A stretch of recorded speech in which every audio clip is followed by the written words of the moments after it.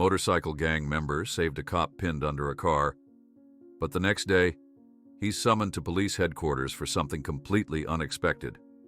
Before we continue, don't forget to subscribe to the channel, like the video, and comment where in the world you're watching from. Let's go. Rain dribbled from a gunmetal sky as Ray Donovan guided his Harley along the empty stretch of County Road 17. The rumble of the engine beneath him vibrated through his weathered body, a familiar comfort in a world that offered few. At 45, Ray's face told stories. Stories etched in the crow's feet around his eyes, in the scar that ran from his left temple to his jaw, in the perpetual downward curve of his mouth that only occasionally softened into something resembling a smile. The steel wolves patch on his leather vest had faded over the years, but it still identified him, defined him, for better or worse. The first fat drops of rain hit his face like small, cold accusations. Ray squinted, considering pulling over to put on his rain gear, when something caught his eye.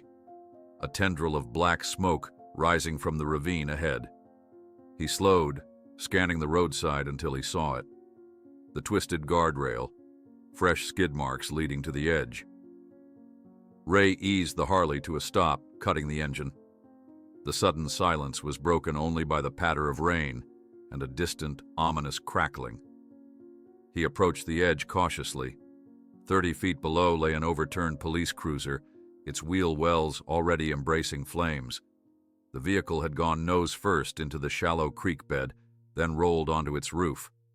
Steam hissed where hot metal met cold water. Ray stood motionless at the edge of the ravine. The police in Millfield had been cracking down on the steel wolves for months. Random stops, harassment, surveillance. For all he knew, the officer in that vehicle had been on his way to raid the clubhouse. A faint groan drifted up from the wreckage. "Shit," Ray muttered, removing his helmet and gloves. The decision made itself. He half slid, half scrambled down the muddy embankment, boots skidding on wet grass and loose stones. The smell of gasoline grew stronger as he approached, mixing with burning oil and scorched rubber. Through the spiderweb driver's window, Ray saw a man hanging upside down, still strapped in by his seatbelt. Blood streaked from his hairline across his pale face. The officer's eyes fluttered, catching sight of Ray, or more specifically, the steel wolves patch on his vest. Fear instantly registered in those semi-conscious eyes. "Hold on," Ray called, trying the door. It was jammed shut, the frame bent from impact. "I'm going to get you out." Above, 2 vehicles had pulled over. A middle-aged couple and a younger man in a business suit cautiously peered down at the scene. "Call 911!" Ray shouted up at them. "There's an officer trapped!" The businessman pulled out his phone while the couple carefully made their way down. When they got close enough to see Ray's vest, they hesitated, exchanging nervous glances. "I need help lifting this thing," Ray said, ignoring their reluctance. He pulled out the folding knife he always carried and began working on the tempered glass of the window. The fuel lines ruptured. As if confirming his assessment, the flames at the front of the vehicle grew more intense. The trapped officer's eyes widened further, darting between Ray's face and the steel wolves insignia. "I'm not going to hurt you," Ray assured him, finally breaking through the glass. "But we need to get you out now." The couple approached hesitantly. Together with Ray, they managed to lift the vehicle just enough for Ray to reach in and cut the seatbelt. The officer collapsed awkwardly, and Ray dragged him backward through the window opening, lacerated hands slipping on the man's uniform. "Move!" Ray shouted, feeling heat intensify against his back. The couple retreated quickly as Ray hauled the officer several yards away from the vehicle. Seconds later, a whoosh of igniting gasoline sent a fireball into the air. The heat singed Ray's back as he shielded the officer with his body. The wail of sirens grew in the distance as Ray checked the officer's vitals. The man was breathing, his pulse rapid but steady. The name badge on his uniform read Miller. His eyes opened momentarily, focusing briefly on Ray's face before slipping closed again. The paramedics arrived first. rushing down the embankment with equipment and a backboard. "What happened?" one asked Ray, taking in his appearance with a professional but wary gaze. "Car went off the road. He was trapped by the seatbelt. We got him out before it caught fire." The second paramedic was already working on the officer, checking pupils, applying a cervical collar. "You're bleeding," the first paramedic noted, pointing to Ray's hands. Ray looked down at his tattooed hands, cross-hatched with lacerations from the broken glass and the officer's weight. Blood mixed with the officer's on his palms. "It's nothing." More sirens approached, police cruisers now. Ray took a step back, then another. "Sir, we need your full name for the report," the paramedic called after him. "Ray D. That's all you need to know." Ray turned and climbed the embankment, ignoring the stares of the gathering onlookers.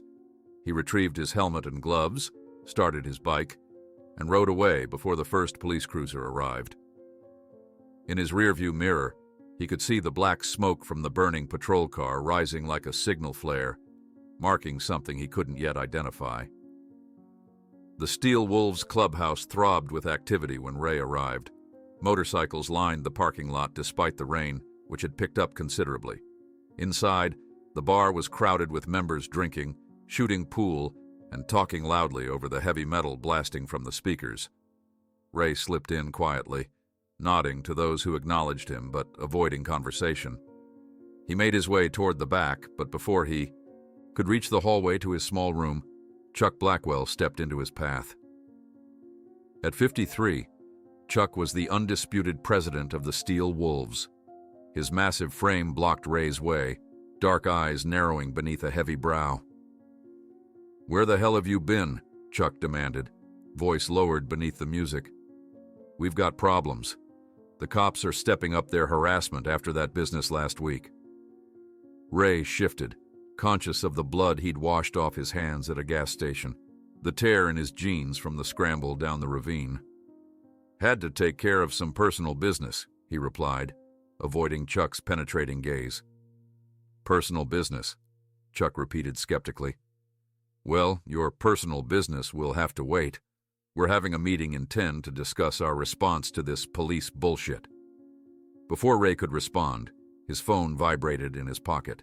He pulled it out, frowning at the unfamiliar number on the screen. A text message. "We know what you did today. Central Station. Tomorrow, 10 a.m. Don't be late." Ray felt a cold trickle of sweat down his spine that had nothing to do with the rain. Someone had recognized him at the accident scene. Maybe traffic cameras caught him. Maybe the couple or the businessman had taken photos. His criminal record wasn't extensive. Some petty theft in his youth, a suspended sentence for assault 7 years ago, but it was enough that the police could cause him serious problems if they wanted to. And with the Steel Wolves already under scrutiny, this could be the perfect pretext for a larger operation. "Everything all right, brother?" Chuck asked, noticing Ray's expression. Ray pocketed his phone. "Nothing I can't handle," he replied, forcing his features back to neutrality. Chuck studied him a moment longer, then clapped him on the shoulder. "Meeting room. 10 minutes, don't be late." Ray nodded and continued to his room, locking the door behind him. He stripped off his wet vest and shirt, examining the minor burns on his forearms from the vehicle fire. Nothing serious. He'd had much worse in Afghanistan. After changing into dry clothes, Ray sat heavily on his bed, the text message playing on repeat in his mind. Going to the police station voluntarily seemed like a trap. Not going could be worse. Later that night, as other club members shared stories and drinks, Ray sat apart, nursing a beer that grew warm in his hand. His thoughts drifted to Afghanistan, to the lives he'd saved and the ones he'd lost, the medals he'd received that no one here had ever seen, the return to a country that no longer recognized him. The Steel Wolves had given him purpose, belonging, a code to live by when the military code had been stripped away. Now it all felt precarious, balanced on the edge of a ravine, ready to tumble down in flames. The next morning, Ray parked his motorcycle a block from the police station. He'd chosen his cleanest leather jacket, leaving behind anything with the club's insignia. Each step toward the building made his heart beat faster. He imagined handcuffs, fabricated charges, perhaps even a trap to incriminate the Steel Wolves further. The station's front desk was manned by a middle-aged officer with a perpetual frown. "I received a message to come here," Ray said, keeping his voice even. "The name's Raymond Donovan." The desk sergeant looked him up and down, recognition flickering in his eyes. "Yeah, they're expecting you. Down that hallway, last door on the right." Ray walked the corridor, feeling the eyes of uniformed officers following him. Most were openly hostile, some merely curious. The nameplate on the door read, "Captain Michaels." Ray took a deep breath and knocked. "Come in," ordered a firm voice. Opening the door, Ray froze in place. Sitting in a wheelchair was Officer Miller, bandages visible on his forehead and arm, his expression weary but alert. Next to him stood a woman who must be his wife, her hand resting on the shoulder of a small girl clutching a colorful sheet of paper. Captain Michaels, a gray-haired man with an unreadable expression, watched Ray from behind his desk. "Mr. Donovan," said the captain, "I believe you and Officer Miller have already met, though circumstances didn't allow for proper introductions." Ray stood frozen in the doorway, his eyes meeting Officer Miller's. The silence in the room felt thick enough to cut with a knife. Captain Michaels gestured to an empty chair across from his desk. "Please sit down, Mr. Donovan."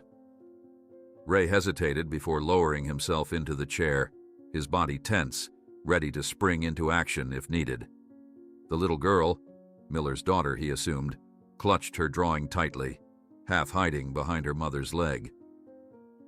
Captain Michaels reached for a remote control and turned on a monitor mounted on the wall. "Before we get to why you're here, I'd like you to see something." The screen flickered to life, showing grainy security footage from a convenience store. The timestamp showed yesterday's date. The camera had captured a perfect view of the ravine where Officer Miller's cruiser had crashed. Ray watched himself slide down the embankment, breaking the window and pulling Miller from the burning vehicle. The Steel Wolves patch on his vest was clearly visible. "Convenience store security camera," Michaels explained, pausing the video on a close-up of Ray's face. "Pretty good resolution, wouldn't you say?" Ray said nothing. His jaw clenched.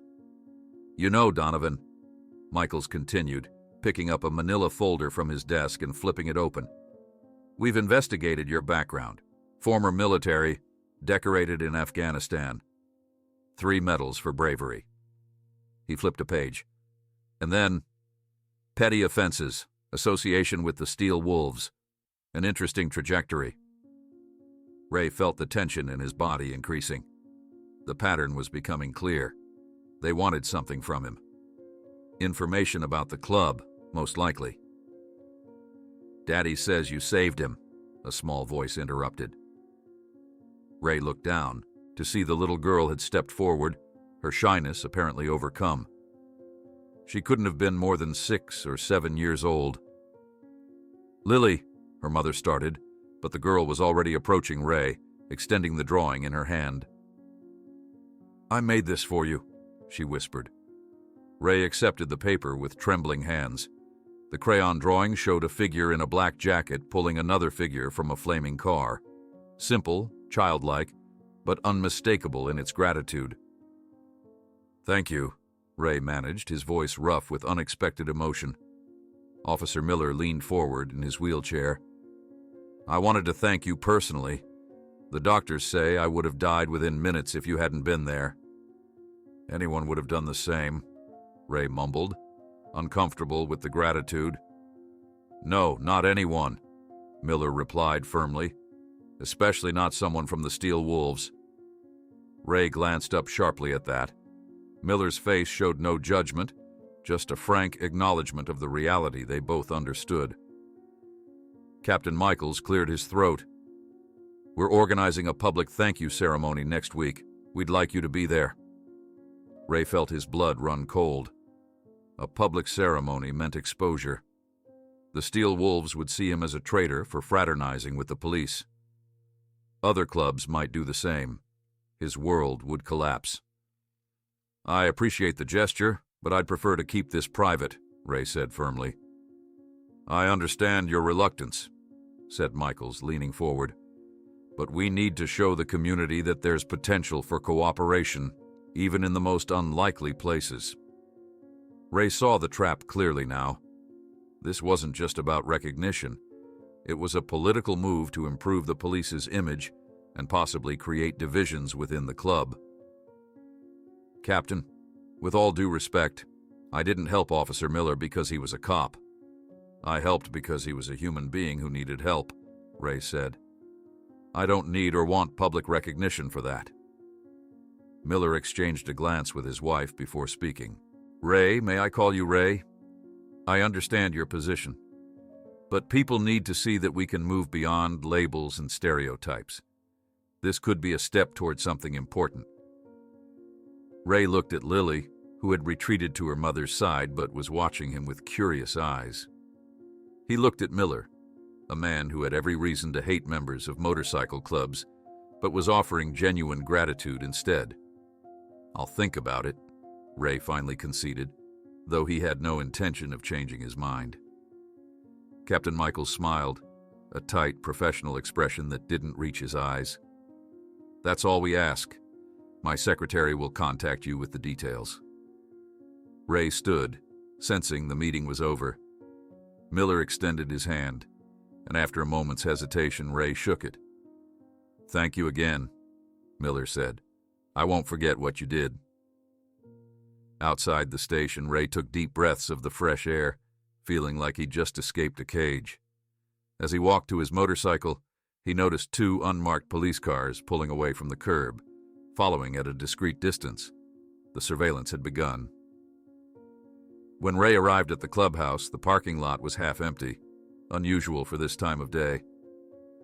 He spotted Chuck immediately, deep in conversation with 2 men he didn't recognize. They were dressed in civilian clothes, but something about their posture screamed law enforcement. All 3 stopped talking when they saw Ray approach. "Ray," Chuck called out, his voice overly cheerful. "Just the man I wanted to see." He dismissed the 2 strangers with a nod. They walked past Ray, giving him measuring looks. "Who were they?" Ray asked, watching them climb into an unmarked sedan. "Nobody important," Chuck said, grabbing Ray's arm. "We need to talk." In the back office, Chuck closed the door and flipped the lock. The room smelled of cigarettes and the cheap whiskey Chuck favored. "A cop called looking for you," Chuck said without preamble. "Said it was important. What the hell's going on, Ray?" Ray considered lying, but knew the news would eventually come out. "I helped a cop yesterday. Car accident. Guy was trapped." Chuck's face darkened. "You did what? Right now, when we're under investigation for the South District operation? Have you lost your fucking mind?" "It was the right thing to do," Ray replied firmly. "The right thing to do?" Chuck laughed bitterly. "And now what?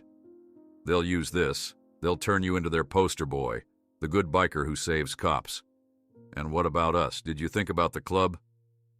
"I didn't give them any information, Chuck. I just pulled a guy from a burning car." Chuck leaned against his desk, rubbing his face. "They called here, Ray, looking for you at the clubhouse. You think that doesn't raise questions with the other members? They're already talking." Ray felt a chill run down his spine. "Talking about what?" "About where your loyalties lie," Chuck said, his voice dropping. "I've known you for 8 years. I trust you. But others are starting to wonder." "I'm loyal to the club," Ray insisted. "Always have been." Chuck studied him for a long moment. "I hope so, brother. For your sake, I really hope so." That night, Ray returned to his apartment to find the door slightly ajar. Drawing the knife from his boot, he pushed the door open slowly. The place had been searched, expertly, with nothing obviously damaged or moved, but Ray had certain ways of arranging things that told him someone had been through his belongings. Nothing seemed to be missing. This wasn't a robbery. It was a message. Someone was watching him. The situation worsened the next day when two detectives approached him outside a diner where he'd stopped for breakfast. "Raymond Donovan?"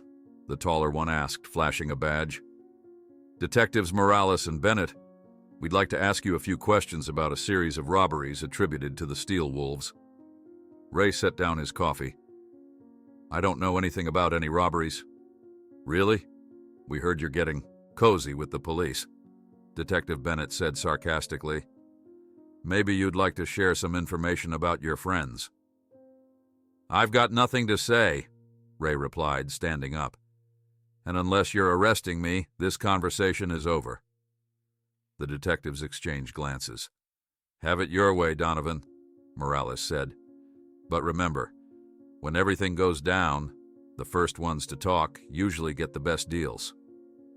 At the clubhouse that afternoon, Ray noticed the change immediately. Conversation stopped when he entered rooms. Some members avoided eye contact, while others watched him with open suspicion. The rumors were spreading fast. Ray was an informant. He was negotiating immunity. He was betraying the code. Ray found his locker in the back room vandalized. The word "traitor" spray-painted across it. Vince, the oldest member of the Steel Wolves at 62, approached him in the garage where Ray was working on his bike. "People are talking, son," Vince said quietly. "You might want to lay low for a while." "I'm not hiding, Vince. I didn't do anything wrong." "Maybe not, but perception becomes reality in a place like this."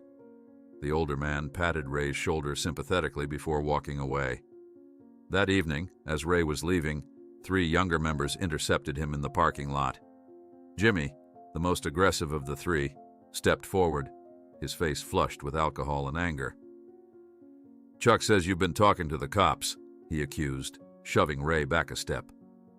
"I'm not informing on anyone," Ray replied, keeping his voice calm while assessing the situation. 3 against 1, all of them younger, but Ray had the advantage of experience. "Bullshit," Jimmy spat. "They're at the clubhouse asking for you by name. Next thing we know, there'll be a raid." "If you've got a problem with me, take it up with Chuck," Ray said, trying to move past them.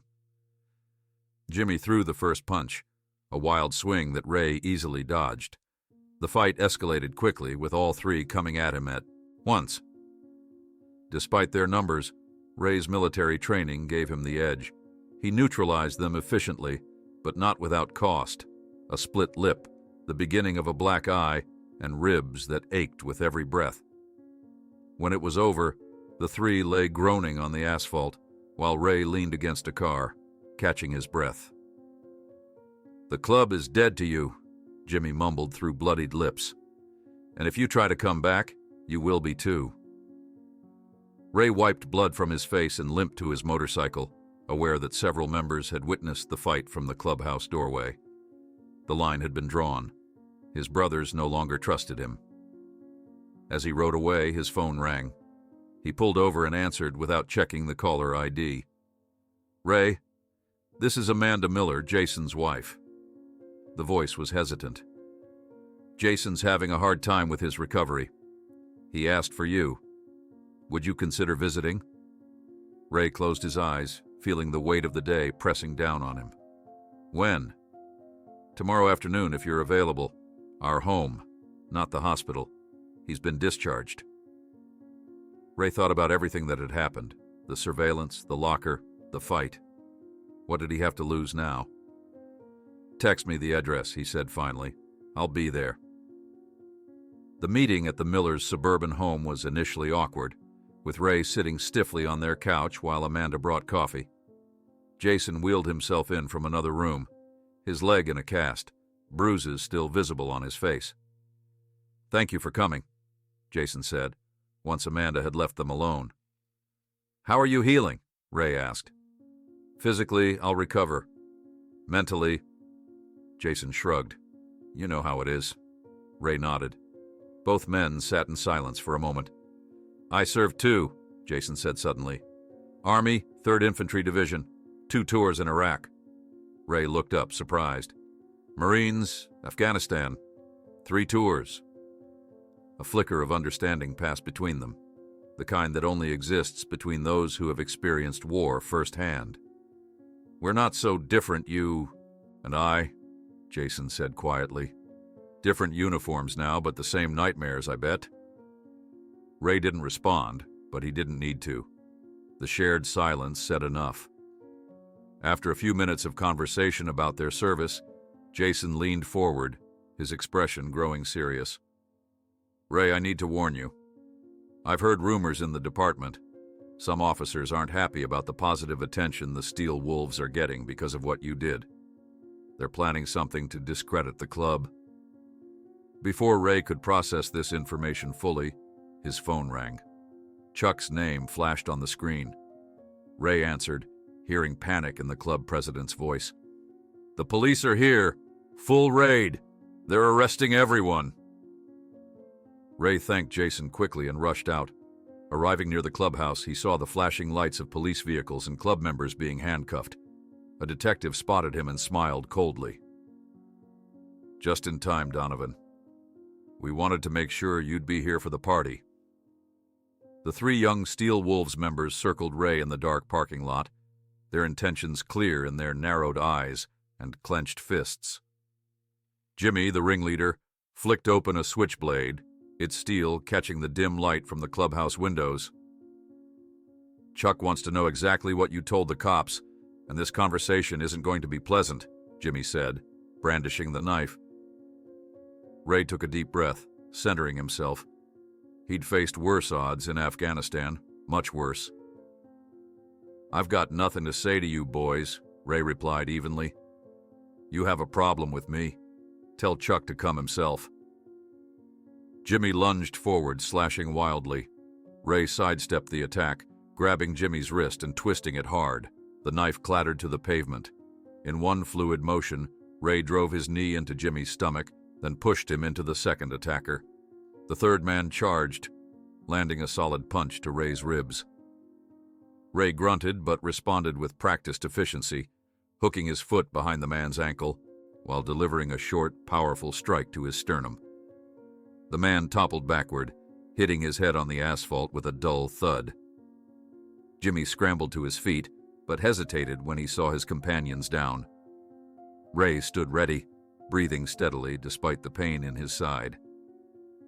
"Tell Chuck that I didn't betray anyone," Ray said firmly. "I saved a man who was dying, that's all." Jimmy spat on the ground. "You're dead to this club, Ray. Remember that." The three retreated, helping their dazed friend to his feet. Ray watched them disappear into the clubhouse before bending to retrieve the switchblade, wincing at the sharp pain in his ribs. Probably not broken, but definitely bruised. Back in his apartment, Ray stood shirtless before the bathroom mirror, examining the damage. A purplish bruise was already forming along his left side. His face hadn't fared much better, a cut on his cheekbone and the beginning of what would be an impressive black eye by morning. He applied antiseptic to the cuts, his mind drifting to his military days. Field medicine had been one of his specialties in Afghanistan. He'd patched up more wounded Marines than he cared to remember, sometimes under active fire. Those skills had earned him his first medal. The others came later for actions he preferred not to think about. On his dresser sat an old cigar box. Ray opened it, revealing the faded photographs inside. Ray in his dress blues, receiving a medal from a general whose name he'd forgotten. Ray with his unit, arms slung around each other's shoulders, dusty and exhausted but alive. Ray standing alone at his mother's funeral, the only family who'd shown up. The Steel Wolves had become his family after that, the only people who hadn't looked at him sideways when he mentioned Afghanistan. The only ones who seemed to understand that sometimes a man needed a code to follow when the rest of the world made no sense. And now, he'd lost them too. His phone rang, pulling him from his thoughts. It was, Amanda Miller. "Ray, I hope I'm not calling too late. Jason, he's having a difficult night. The pain medication isn't helping much and he's been asking about you. I know it's a lot to ask, but would you consider visiting tomorrow?" I think talking to you might help him process what happened. Ray hesitated. Getting closer to a cop's family was the last thing he needed right now. But something in Amanda's voice, desperation, sincere concern, resonated with him. "What time?" he asked. "Whenever works for you. Jason's not going anywhere with that leg." Ray agreed to come in the afternoon, wondering if he was making another mistake. The Miller home was a modest 2-story in a quiet suburban neighborhood, a complete contrast to Ray's sparse apartment near the industrial district. Amanda answered the door, relief evident on her tired face. She led him to the living room where Jason sat in his wheelchair, staring out the window at children playing in a nearby yard. Jason turned at their entrance, his face lighting up with unexpected warmth. "Ray, thanks for coming. I wasn't sure you would." The initial conversation was stiff, with Ray perched uncomfortably on the edge of the couch, accepting a glass of iced tea from Amanda. He was acutely aware of how out of place he looked in their home, his tattoos, his weathered leather jacket, his bruised face. Once Amanda left them alone, Jason gestured to Ray's black eye. "Looks like you've had a rough day or two." Ray shrugged. "Hazard of the lifestyle." "Because you helped me?" Jason asked, leaning forward. Ray didn't answer, which was answer enough. "I served too," Jason said after a moment. "Army 3rd Infantry, 2 tours in Iraq." Ray looked up, surprised. "Marines, Afghanistan, 3 tours." A current of understanding passed between them, something unspoken yet profound. They were silent for a minute, each recognizing in the other the shadows that combat leaves behind. "It's hard coming back," Jason said quietly. "Finding purpose. I found mine in law enforcement. Seemed like a natural fit. Structure, brotherhood, a mission." "Same reasons I found the wolves," Ray admitted. Jason nodded. "We're not so different, you and I. Different uniforms now, but the same nightmares, I bet." Ray didn't respond, but he didn't have to. The shared silence said enough. Their conversation shifted to safer topics. Motorcycles. Jason had owned a Triumph before his marriage. Their military experiences. The challenges of civilian life. Ray found himself relaxing, surprised at how easily they connected despite their opposing lifestyles. Then Jason's expression grew serious. "Ray, I need to warn you. I've heard rumors in the department. Some officers aren't happy about the positive attention the Steel Wolves are getting because of what you did. They're planning something to discredit the club." Ray tensed. "What kind of something?" "I don't know exactly. Lieutenant Reeves has been pushing for a major operation against the club for months. Captain Michaels held him back, wanting proper evidence first. But now Reeves is gathering support, saying the club is making the department look bad. A biker being more heroic than the police doesn't fit his narrative." Before Ray could process this information fully, his phone vibrated. Chuck's name flashed on the screen. Ray excused himself and stepped into the hallway to answer.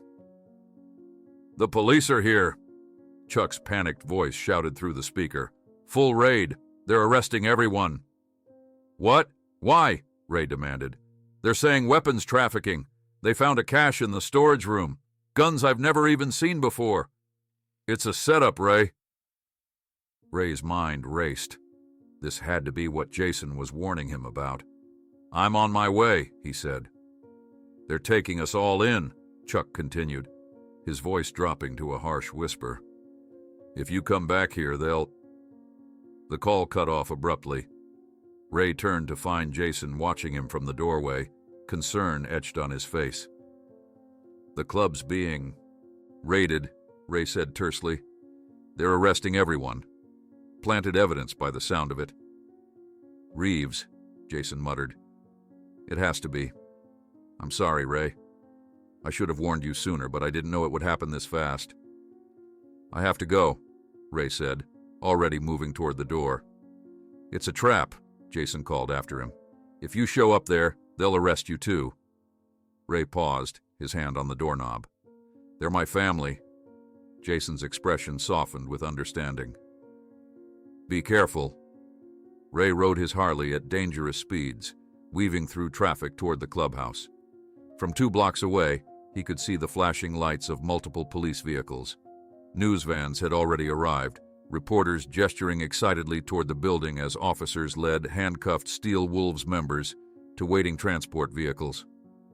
Ray parked his motorcycle on a side street and approached on foot, keeping to the shadows. The clubhouse had been cordoned off with yellow tape, and officers in tactical gear were carrying boxes of evidence out to a van. Through the crowd, Ray spotted Chuck being escorted to a police cruiser, his hands cuffed behind his back. Their eyes met briefly across the distance. Chuck's face contorted with rage, and he shouted something Ray couldn't hear over the commotion. A hand clasped Ray's shoulder from behind. He turned to find Detective Bennett standing there, a cold smile on his face. Just in time, Donovan. We wanted to make sure you'd be here for the party. What's going on? Ray demanded, shrugging off the detective's hand. Major weapons trafficking bust, Bennett replied. Found enough firepower in there to supply a small army. Quite the operation your club was running. That's bullshit, Ray growled. The Wolves have nothing to do with gun running. Bennett raised an eyebrow. Evidence says otherwise. And speaking of evidence, he gestured to another officer who brought over an evidence bag containing several handguns. These were found in your personal locker. Care to explain? Ray stared at the weapons, a cold realization washing over him. Those aren't mine. I've never seen them before. Save it for your lawyer, Bennett said, producing handcuffs. Raymond Donovan, you're under arrest for illegal weapons possession and trafficking. You have the right to remain silent. As Bennett recited the Miranda rights, Ray watched the last of his brothers being loaded into transport vehicles. Some stared at him with hatred, convinced he had betrayed them. Others simply looked defeated. Ray barely registered being placed in the back of a police cruiser. His mind was racing, trying to understand how things had fallen apart so completely, so quickly. First saving Officer Miller, then the club turning against him. Now this obvious frame job. Through the window, he caught sight of a figure standing apart from the crowd, Lieutenant Reeves, a man Ray recognized from news conferences, but had never met personally.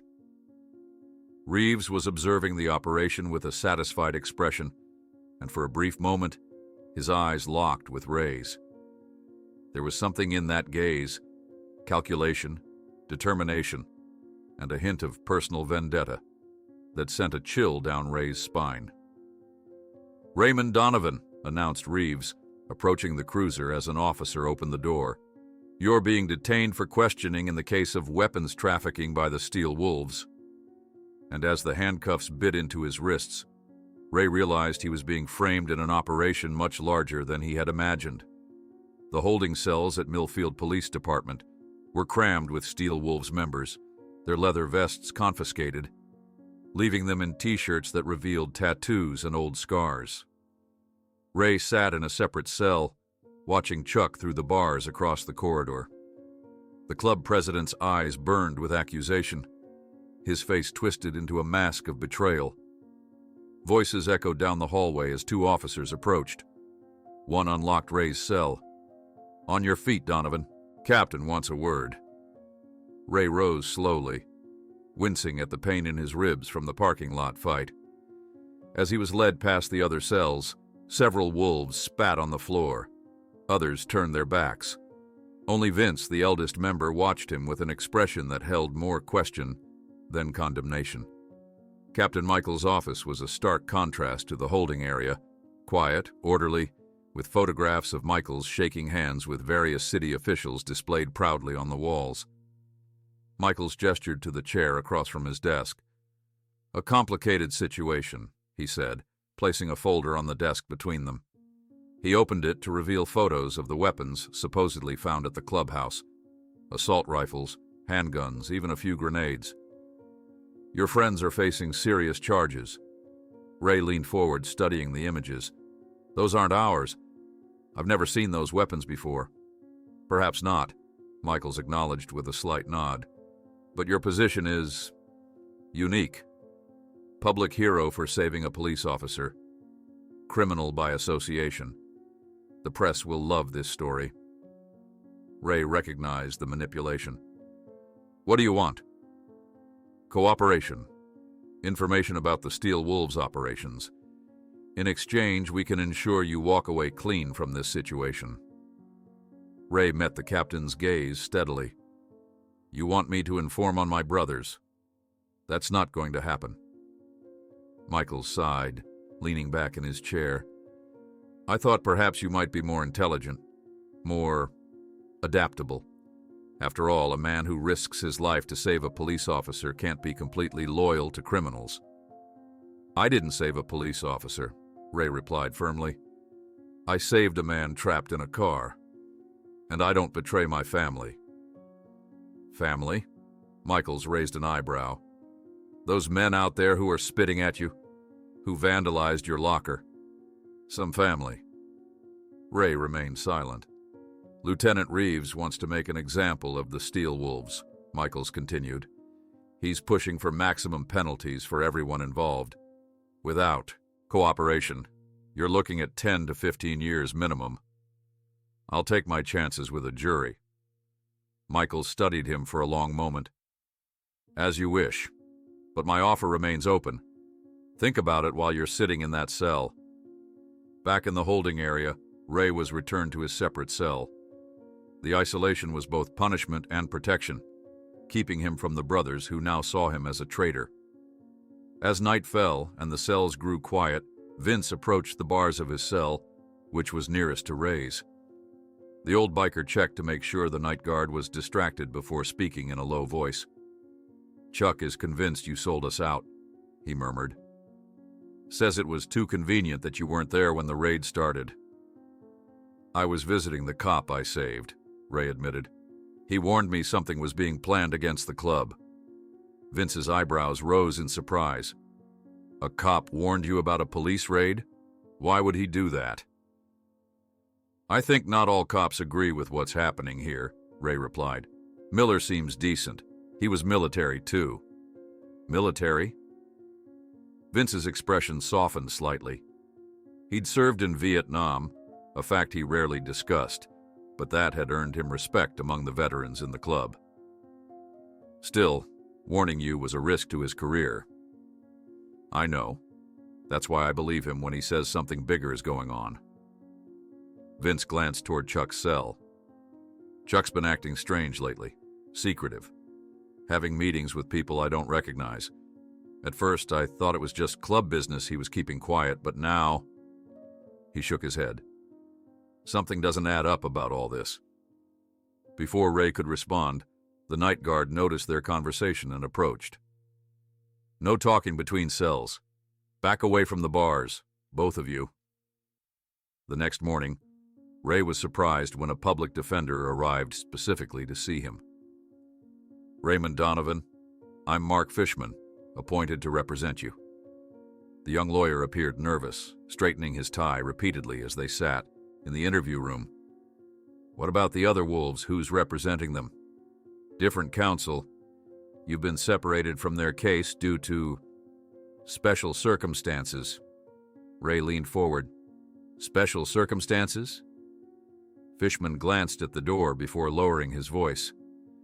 There's been some irregular procedure in your case. The weapons allegedly found in your locker were logged into evidence before the raid even began. What? How do you know that? Let's just say not everyone in the department agrees with how this operation was conducted. Fishman paused. I also have a message. Someone named Amanda Miller called the public defender's office specifically asking about your case. She left her number and asked that you contact her. Ray's pulse quickened. Can you get a message to her? I shouldn't, but... Fishman hesitated, then nodded. What do you want me to tell her? Tell her I need to speak with her husband. It's urgent. 24 hours later, Ray was unexpectedly released on bail. The guard who processed him seemed as surprised as Ray himself. Bail's been posted, he said gruffly. You're free to go pending trial. Surrender your passport to the court clerk on your way out." "Who posted bail?" Ray asked, confused. The guard shrugged. "Anonymous source, according to the paperwork." In the lobby of the police station, Ray collected his personal effects: wallet, keys, phone. As he stepped outside into the sunlight, he spotted a familiar car parked across the street. Jason Miller sat in the passenger seat, his wheelchair folded in the back. Amanda was behind the wheel. Ray approached cautiously, aware that being seen with a police officer would only reinforce the wolves' suspicions. But at this point, what did he have to lose? "You paid my bail?" Ray asked as he reached the car. Jason shook his head. "Not directly. Had to be careful about the paper trail. But I have friends who owed me favors." "Why would you do that?" "Because what's happening isn't right," Jason replied, his voice tight with controlled anger. "Get in. We shouldn't talk here." Once inside the car, Amanda drove them to a quiet park on the outskirts of town. The three sat on a bench overlooking a small lake, far enough from other visitors to speak privately. "We can't do much," Jason explained, adjusting his position to accommodate his injured leg. "But we've gathered evidence that the operation was conducted improperly. Body cameras were turned off, procedures ignored." "Lieutenant Reeves orchestrated the whole thing," Amanda added. "He's been obsessed with taking down the Steel Wolves for months. Jason's accident and your heroism gave him the perfect opportunity." "Why target me specifically?" Ray asked. "Because you complicated his narrative," Jason replied. "Reeves has been building a case that all motorcycle clubs are criminal enterprises that should be eliminated. Then you come along and save a cop, creating positive press for the Wolves. It undermined everything he's been working toward. So he planted weapons to frame us. Why not just arrest me at the scene like everyone else?" Jason and Amanda exchanged glances. "He wanted to isolate you first," Jason said. "Make the club believe you were an informant so no one would support you. Then arrest you separately to reinforce that perception." "It's working," Ray admitted bitterly. "The Wolves think I betrayed them. We have evidence that might help clear your name, but it's not enough to stop Reeves completely," Jason said. "We need more." "Like what?" "Proof that he planted the weapons. Testimony from officers involved. Evidence of his prior misconduct." Ray thought about what Vince had said, Chuck's strange behavior, secret meetings, his certainty that Ray was an informant. "I need to talk to Vince," Ray said. "He's the oldest member of the club, and I think he suspects something's not right with this situation." "We might be able to arrange a visit," Jason offered. "My partner at the department owes me, but you'd need to be careful. Reeves has eyes everywhere." "What about Chuck? He's the president. If anyone knows what's really going on, it's him." Jason's expression darkened. "Chuck Blackwell is being held in isolation. Reeves gave explicit orders that he's to have no visitors except his lawyer." Ray frowned. "That's unusual protocol, isn't it?" "Very," Jason confirmed. "Almost like Reeves is afraid of what Chuck might say to the wrong person." As they continued discussing strategies, Ray's phone buzzed with a text from an unknown number. "Storage Unit 227 Marshall Road. Code 9821, evidence Chuck was hiding. V." "It's from Vince," Ray explained, showing them the message. "He's giving me access to something Chuck was keeping secret." "This could be a trap," Amanda warned. "How would Vince have access to his phone in holding?" "Some of the guards sympathize with the club," Ray explained. "They might bend rules occasionally." "Or Reeves could be setting you up for another charge," Jason cautioned. Ray stared at the message, weighing his options. "I have to check it out. It might be our only lead." At the storage facility, Ray approached Unit 227 cautiously. With Jason and Amanda waiting in the car as lookouts, he entered the code into the padlock. It clicked open. Inside, he found a small, climate-controlled space containing a metal filing cabinet and a laptop computer. The top drawer of the cabinet held folders labeled with dates going back several years. As Ray flipped through them, He found surveillance photos of Lieutenant Reeves meeting with various individuals, some of whom Ray recognized as members of rival clubs. The laptop was password protected, but a sticky note inside the cabinet had what appeared to be login credentials. Ray powered up the device and entered the information. The screen filled with video files organized by date. Ray clicked on the most recent one, dated just days before the raid. The video showed the clubhouse storage room from a hidden camera angle. Lieutenant Reeves and two plainclothes officers entered, using a key, carrying duffel bags. They removed weapons, the same weapons later discovered in the raid, and placed them in strategic locations throughout the room. One officer specifically labeled a box with Ray's name before placing several handguns inside. "I've got you now, you son of a bitch," Ray muttered, copying the files onto a USB drive he found in the drawer. As he finished and prepared to leave, his phone rang. It was Jason. "Ray, get out of there now. A police cruiser just pulled into the lot." Ray quickly shut down the laptop, returned everything to its place, and locked the unit. He slipped out the back exit of the facility just as two officers entered the front. Back in the car, Ray showed Jason and Amanda what he'd found. "This is it," Jason said, his face grim as he watched the video of Reeves planting evidence. "This proves the whole operation was corrupt from the start." "It's still not enough," Amanda cautioned. "This shows they planted evidence, but the department could claim the weapons were already being stored there by the club. We need more to link Reeves directly to the frame-up." Jason handed Ray a USB drive. "This contains footage from body cameras that some officers forgot to delete. Shows Lieutenant Reeves instructing them to plant evidence at the club before the official raid. But we need more to bring him down." Ray sat at the small table in his apartment, the dim light of his laptop casting harsh shadows across his face as he watched the footage from the USB drive for the third time. Lieutenant Reeves's face was unmistakable on the screen, directing officers where to place weapons throughout the Steel Wolves clubhouse. The timestamp clearly showed the recording was made 2 days before the official raid. "Got you, you bastard," Ray muttered, pausing the video when Reeves gestured toward Ray's personal locker, telling an officer to make sure Donovan's involvement is clear. A quick internet search on his phone revealed more about Reeves than Ray had known. The lieutenant was being groomed for promotion to captain, with numerous news articles quoting him on his zero-tolerance approach to criminal motorcycle gangs. One recent piece mentioned his political aspirations and connections to the mayor's office. It's not just about the Steel Wolves, Ray realized. It's about his career. His phone buzzed with a text message from Vince. "Chuck called emergency meeting. Voting on your expulsion. You still have friends here." Ray stared at the message, his throat tightening. Despite everything, despite the evidence that the club had been framed, they were moving to cut him out completely. The thought of losing his patch, his brotherhood, hit him harder than he expected. For 8 years, the Steel Wolves had been his anchor in a world that had no place for damaged war veterans. He grabbed his keys and leather jacket, heading for his motorcycle.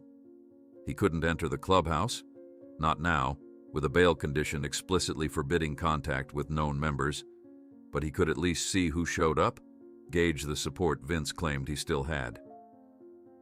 From across the street, parked in the shadow of an abandoned warehouse, Ray watched members arrive for the meeting. The attendance was smaller than usual, with many still in custody awaiting bail hearings. He recognized Jimmy among those entering, his face still bruised from their fight in the parking lot. Jimmy paused at the entrance, scanning the street as if sensing Ray's presence, before disappearing inside. His phone rang. Jason Miller. "Ray, things are moving fast. Reeves has requested immediate transfer of all detained members to different facilities across the state. They'll be separated, making it harder for them to coordinate their defense." "Why would he do that?" Ray asked, though he suspected the answer. "To isolate them, make them desperate, more likely to take plea deals, and turn on each other," Jason explained. "Classic divide and conquer." Chuck's the key, Ray said. If anyone knows exactly what Reeves is up to, it's him. That's why they're keeping him in isolation. I'm working on getting access to him, but it's complicated. Reeves has him locked down tight. After ending the call, Ray spotted Vince leaving the clubhouse. Instead of heading toward the parking lot, the older man walked to a diner a block away. Ray followed discreetly, entering the establishment a few minutes after Vince had settled into a corner booth.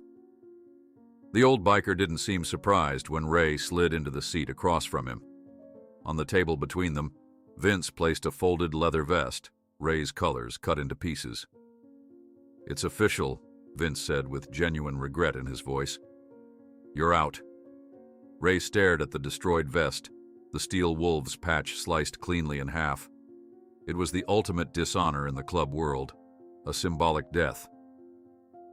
"Was it unanimous?" Ray asked, his voice steady despite the hollow feeling in his chest. "No. Me and 3 others voted against. But Chuck..." Vince shook his head. He insisted. "Called you a rat. Said you'd been working with the cops for months. And you don't believe that? I've known you for 8 years, son. You're many things, but a rat isn't one of them." Vince leaned forward. "Besides, Chuck's been acting strange. Before the raid, he was jumpy, paranoid. Started having private meetings with people I'd never seen before. When I asked questions, he shut me down. First time in 20 years he's kept club business from me." Ray showed Vince the video from the USB drive, keeping the screen angled away from other customers. "Jesus," Vince whispered as he watched Reeves directing the planting of evidence. "They set us up completely. But why target the Steel Wolves specifically? We're not the biggest club, not the most notorious." "That's what doesn't make sense," Vince agreed. Unless what? "Chuck's been making new connections lately. Said he was expanding our protection business into new territories. I wondered how he was managing it without stepping on other clubs' toes." Ray considered this. "You think he made a deal with someone? Maybe Reeves? I don't know, but something stinks about the whole situation." As they continued speculating, Ray's phone chimed with a news alert. The mayor was holding a press conference announcing a new initiative against organized crime, with Lieutenant Reeves featured prominently at his side. "Reeves is using this bust to advance his career," Ray said, showing Vince the screen. "Taking down the Steel Wolves is his stepping stone to bigger things." When Ray returned to his apartment that night, he immediately sensed something was wrong. The door was unlocked, a door he distinctly remembered locking. Drawing the knife from his boot, he pushed it open slowly. The place had been completely ransacked. Drawers emptied, furniture upended. Even the walls had been damaged where someone had apparently checked for hidden compartments. On the living room wall, spray painted in red, "Dead man walking." Reeves, or someone working for him, was sending a clear message. Ray quickly gathered essential items, knowing he couldn't stay there. His location wasn't safe, and neither was the evidence he'd collected. He needed a secure place to regroup. Amanda Miller answered her door with surprise that quickly turned to concern when she saw Ray's expression. "I need a place to stay," he said simply. "Just for tonight. My apartment's been compromised." Amanda hesitated, glancing over her shoulder toward the interior of the house. "Jason's not home. He's working late." "I understand if you can't—" "No, it's fine," she interrupted, stepping aside. "Come in, but I should call Jason first." The conversation with Jason over the phone was tense, with the officer understandably concerned about having Ray in his home with his family. "I don't like this," Jason said, his voice clear on the speakerphone. "Not because I don't trust you, Ray, but because of the risk to Amanda and Lily." "I understand," Ray replied. "I'll find somewhere else." "No," Jason sighed after a moment. "Stay tonight. I'll be home in a couple hours. We'll figure something out together. Just keep a low profile, all right? No visitors, no calls to the club." Amanda showed Ray to the couch, providing blankets and a pillow. "Lily's asleep," she explained. She's been asking about you, actually. She still has that drawing of you saving her dad on her wall." The thought of the little girl's crayon artwork brought an unexpected lump to Ray's throat. He nodded, not trusting himself to speak. Later, after Amanda had gone to bed, Ray sat in the darkened living room, unable to sleep. Through the half-open door of Lily's bedroom across the hall, he could see the child sleeping peacefully. The innocence of it, the complete trust in the safety of her home, struck Ray deeply. How long had it been since he'd felt that kind of security? The steel wolves had provided a facsimile of it, the illusion of family, of belonging. But it had proven fragile, conditional. One act of decency toward the enemy had been enough to shatter it completely. His phone vibrated with a call from Vince. Chuck had cameras, the old biker said without preamble. Secret ones, in the clubhouse. Nobody knew about them except him and me. Ray sat up straighter. "Where are the recordings kept?" "External hard drive in his office safe. I have the combination, emergency protocol in case anything happened to him. I checked it today while everyone was arguing about your expulsion. There's footage from the day before the raid. Shows Reeves entering the clubhouse with Chuck. Chuck let him in?" Ray couldn't hide his shock. Not just let him in. They looked friendly, like they'd met before. The implications were staggering. Had Chuck been working with Reeves? Was the club president somehow involved in the setup? The front door opened and Jason entered, looking exhausted. He nodded to Ray before sinking into an armchair. "I have to go," Ray told Vince. "We'll talk tomorrow." After ending the call, Ray explained to Jason what Vince had discovered about the secret cameras and the footage of Chuck with Reeves. "That would explain why Reeves is keeping Chuck isolated," Jason mused. "He doesn't want him talking to anyone who might put the pieces together." "I need to see that footage," Ray said. "It's too dangerous for you to go back to the clubhouse." "Vince can get it, but we need somewhere secure to review it, somewhere Reeves won't be watching." Jason thought for a moment. "My partner, Martinez. He has a cabin about an hour outside town. Uses it for hunting. No internet, completely off the grid. We could use it as a base to compile all the evidence." As they discussed logistics, the television in the corner, which had been playing a late-night news program at low volume, caught their attention. The mayor was announcing his new anti-crime initiative, with Reeves standing prominently beside him. "With the recent successful operation against the Steel Wolves motorcycle gang," the mayor was saying, "Lieutenant Reeves has demonstrated exactly the kind of decisive action this city needs." The camera zoomed in on Reeves, whose satisfied expression made Ray's blood boil. "We need to move quickly," Jason said, noticing Ray's reaction. "Reeves is gaining power and influence by the hour. Once he gets his promotion, he'll be even harder to touch." The following morning, Ray's phone rang while he was helping Amanda prepare breakfast. Seeing Vince's number, he stepped outside to take the call. "Chuck is dead," announced Vince, his voice trembling. "They found him hanged in his cell this morning. They're calling it suicide. But we both know Chuck would never kill himself. Someone is eliminating witnesses." The phone slipped from Ray's hand, clattering against the wooden porch steps.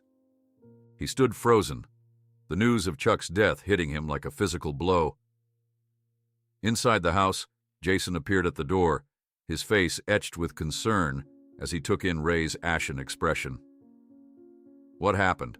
Jason asked, maneuvering his wheelchair onto the porch with practiced ease. Ray bent to retrieve his phone, his movements mechanical. "Chuck's dead. They're saying he hanged himself in his cell." "Suicide?" Jason's expression hardened. "I don't buy it." "Neither does Vince," Ray replied, his voice hollow. "Chuck would never kill himself, not even facing serious time. He survived 2 tours in Desert Storm. He was too stubborn, too proud. Reeves is tying up loose ends," Jason concluded grimly, "and you're probably next on his list." Ray moved to the edge of the porch, scanning the quiet suburban street. A dark sedan was parked at the corner, 2 houses down. It hadn't been there the previous night. As he watched, the sun glinted off something in the windshield. Binoculars, perhaps, or a camera lens. "We're being watched," he said quietly.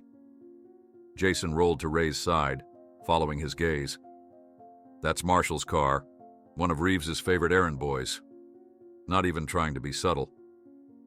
"I've put your family in danger by coming here," Ray said, turning to face Jason. "I should leave." "And go where?" "Your apartment's been compromised. The club has expelled you.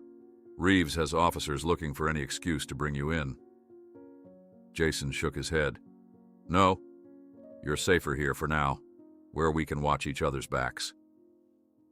Before Ray could respond, the back door opened and Vince emerged from the yard, moving stealthily for a man his age.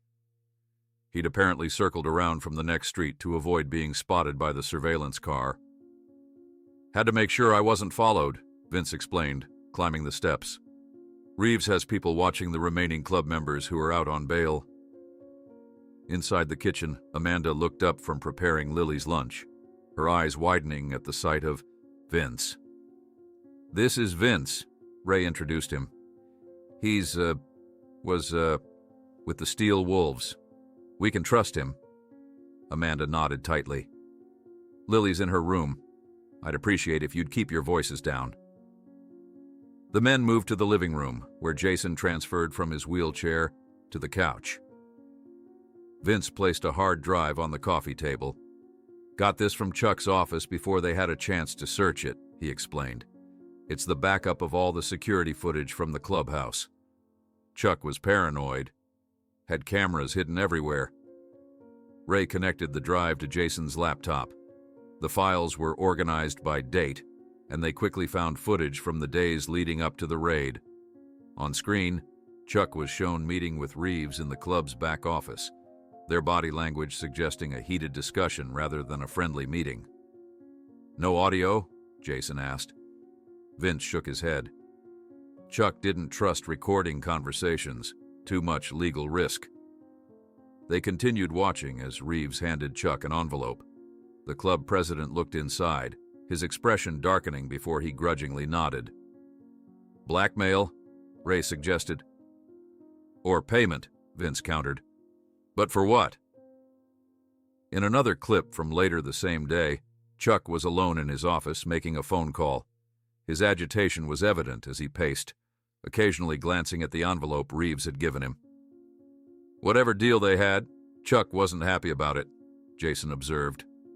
As they continued reviewing footage, Lily wandered into the room, clutching a stuffed rabbit. The little girl froze when she saw the 3 men huddled around the laptop. "Ray!" she exclaimed, her face brightening. She rushed forward, throwing her arms around Ray's waist in an unexpected hug. The simple, trusting gesture caught Ray off guard. His hands hovered awkwardly for a moment before gently patting her back. Amanda appeared in the doorway, watching the interaction with complex emotions playing across her face. "Lily, honey, Ray and his friends are busy," she said gently. "Why don't you go play in your room?" "But I want to show Ray my new drawings," Lily protested. "Maybe later, sweetheart," Ray promised, struck by how easily the endearment came to his lips. When was the last time he'd spoken to anyone with such gentleness? After Amanda led Lily away, the men returned to their investigation, combing through the footage for any concrete evidence linking Reeves to the frame-up. They found several clips showing Chuck removing items from the club's safe and secured areas in the days before the raid, possibly clearing out legitimate club possessions before the planted weapons were discovered. "He knew it was coming," Vince said quietly. "Chuck knew about the raid and didn't warn anyone." Ray rubbed his face, trying to process this betrayal. "But why? What did Reeves have on him?" Jason's phone chimed with a message. "My contact at the department came through. Chuck had a sealed juvenile record. Arrested at 16 for armed robbery. Served 2 years. He'd been using a false identity since then. His real name is Charles Blackburn." That's what Reeves had over him, Ray realized. Exposure would have meant federal charges for identity fraud, maybe deportation back to Canada, where the original charges were filed. So Reeves blackmails Chuck to set up the club, Vince continued the thought. Probably promises him immunity in exchange for cooperation. But once the raid happens, Chuck becomes a liability, Jason finished. The only person who could directly connect Reeves to the frame-up. Ray stood, moving to the window to check the street again. The surveillance car was still there, but now a second vehicle had joined it, an unmarked police cruiser. "We need to get out of here," he said urgently. "They're not just watching. They're preparing to move in." Jason wheeled to the window, his face grim. "Those aren't regular officers. That's Reeves's tactical team, the same ones who planted the evidence." "I'm not running," Ray declared. "I'm tired of being hunted. If Reeves wants me, let him come through the front door with a warrant." "This isn't about you anymore," Jason countered. "You think they'll hesitate to hurt Amanda or Lily if they get in the way? Reeves is eliminating witnesses. He can't afford loose ends." The harsh truth of Jason's words hit Ray like a physical blow. He'd spent so long defining himself through his loyalty to the club that he'd forgotten what true loyalty meant, protecting those who couldn't protect themselves. "I'll surrender," Ray decided. "Draw their attention away from your family." "No," Jason's refusal was immediate. "They don't want to arrest you. They want to silence you permanently." Vince, who had been watching the exchange silently, suddenly spoke up. "There's another option. I have a place, off the grid about 2 hours north, old hunting cabin that belonged to my brother before he passed. It's not in my name, nothing to connect it to the club." "Can we get there without being followed?" Jason asked. "There's a service exit through the Hendersons' yard," Amanda said from the doorway, startling all three men. She'd been listening to their conversation. "It leads to the next street over. If you take my car instead of Ray's motorcycle, you might slip away before they realize you're gone." "What about you and Lily?" Ray asked, his concern evident. "My sister lives 10 minutes away. I'll say we're having a girls' night while Jason works late." She met her husband's eyes. "It'll only buy you a day or two before they realize the truth. That might be enough time to compile all the evidence and get it to someone who can help," Jason said. "My old commander from Iraq is now with the State Attorney General's office. If we can get this to him, bypass Reeves and the local authorities entirely." The plan came together quickly.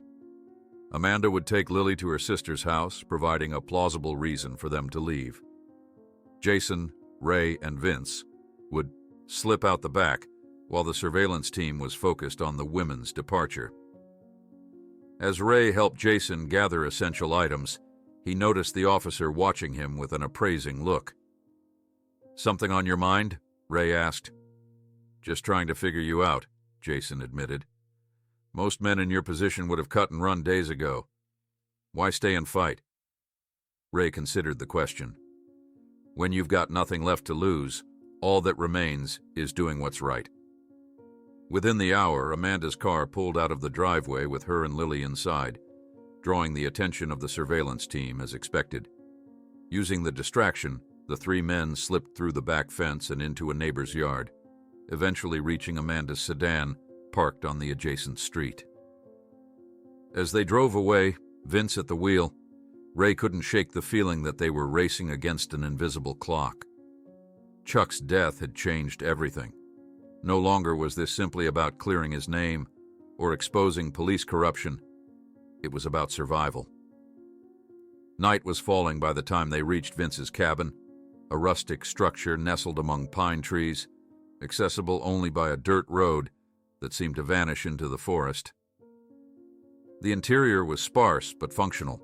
A wood stove, 2 bedrooms, and a main living area with a table large enough to spread out their evidence.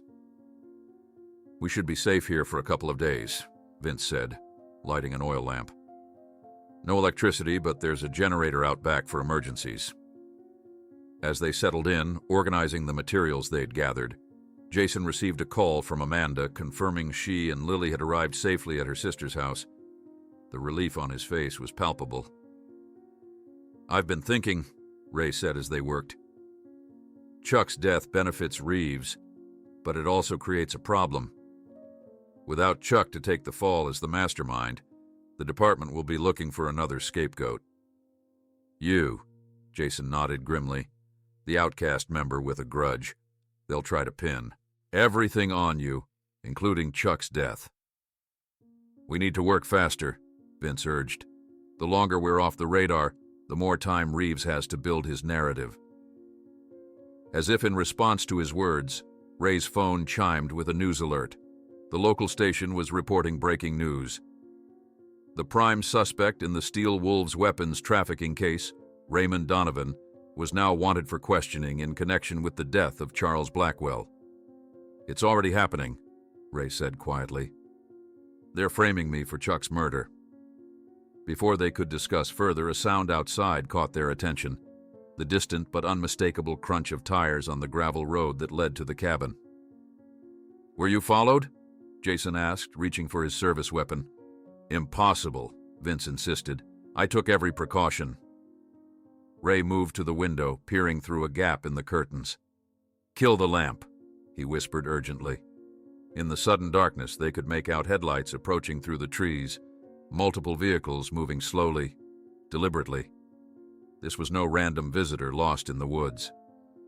How did they find us? Jason wondered. Ray's mind raced through possibilities until a chilling realization struck him. "My phone. The news alert. They could have been tracking it all along."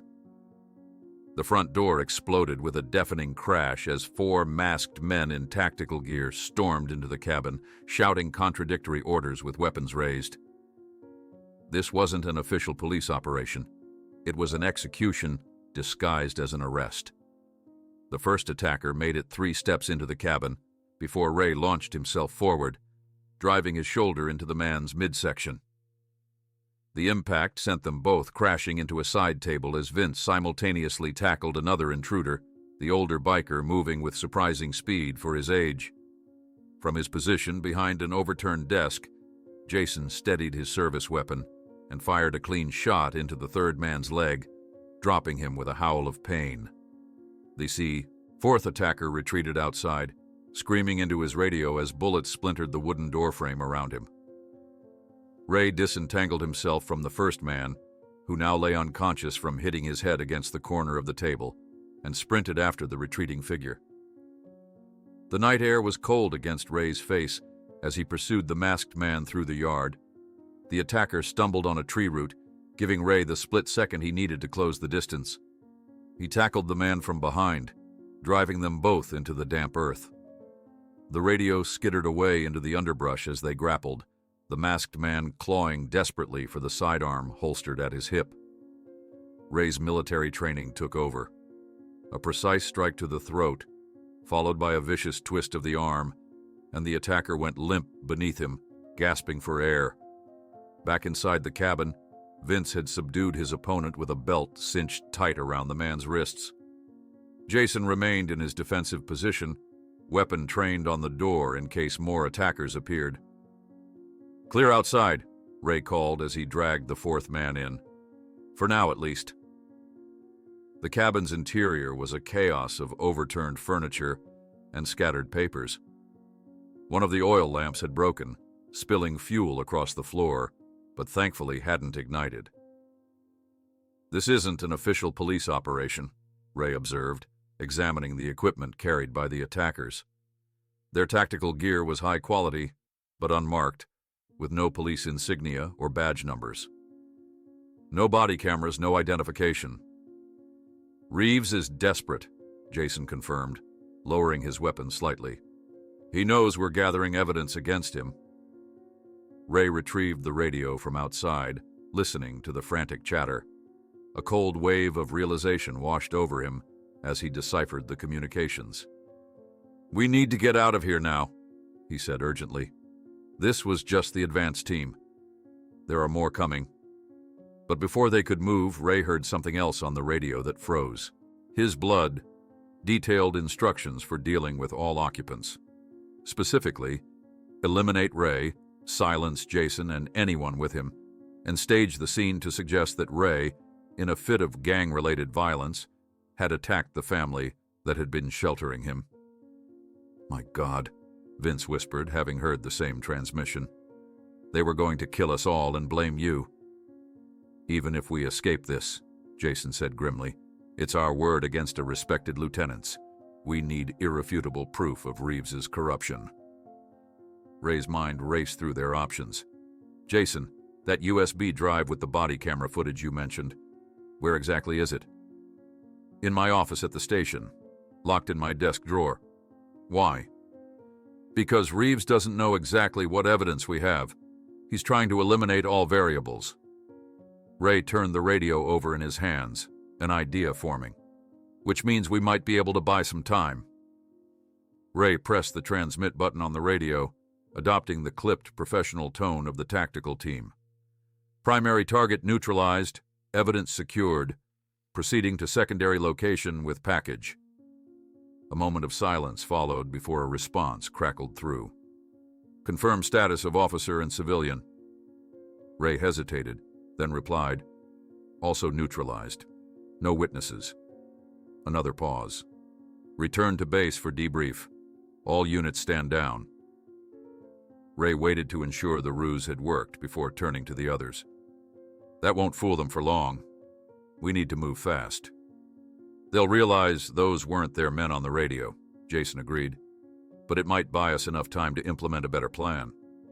Ray examined one of the unconscious attackers more carefully, removing the man's mask. "I don't recognize him from the department. These are hired guns, not cops." "Mercenaries," Vince suggested. "Ex-military, probably. Reeves is operating completely off the books now." "Which means he can't report this failure through official channels," Jason added, understanding lighting his eyes. "He's vulnerable." While Jason made calls to trusted contacts in the department, Ray and Vince secured their captives with zip ties found in their tactical gear. They confiscated weapons, radios, and, most importantly, a laptop from one of the team's vehicles that contained operational details, including communications with Reeves himself. "This is good," Ray said, scrolling through the files. "But not enough by itself. It could be explained away as a rogue operation." A call from Jason's partner, Martinez, confirmed what they suspected. Reeves had initiated a department-wide alert, claiming Ray had kidnapped Jason and was holding him hostage. Roadblocks were being established on all major highways leading out of the county. "We're trapped here," Vince said, peering through the window at the dark forest surrounding them. "Not necessarily," Jason countered. "Martinez is coordinating with my old commander at the AG's office. If we can get our evidence to them, they can initiate an independent investigation, bypass Reeves entirely." "How?" "We can't exactly walk into the station to get that USB drive," Ray pointed out. "No, but Martinez can. And he can meet us somewhere safe to hand it over." Their planning was interrupted by a text message on Vince's phone. It was from Jimmy, one of the younger Steel Wolves members who had confronted Ray in the parking lot days earlier.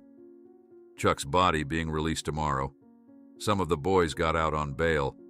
They found surveillance footage from the clubhouse Chuck had hidden. Shows Reeves and his men planting the weapons. Club needs to know what's going on." Ray exchanged looks with Vince. "This changes things. The Wolves have evidence too." "Can we trust them?" Jason asked skeptically. "Some, not all," Vince admitted. "Jimmy's young and hot-headed, but loyal to the club above all. If he's seen proof Reeves framed us, he'll want justice."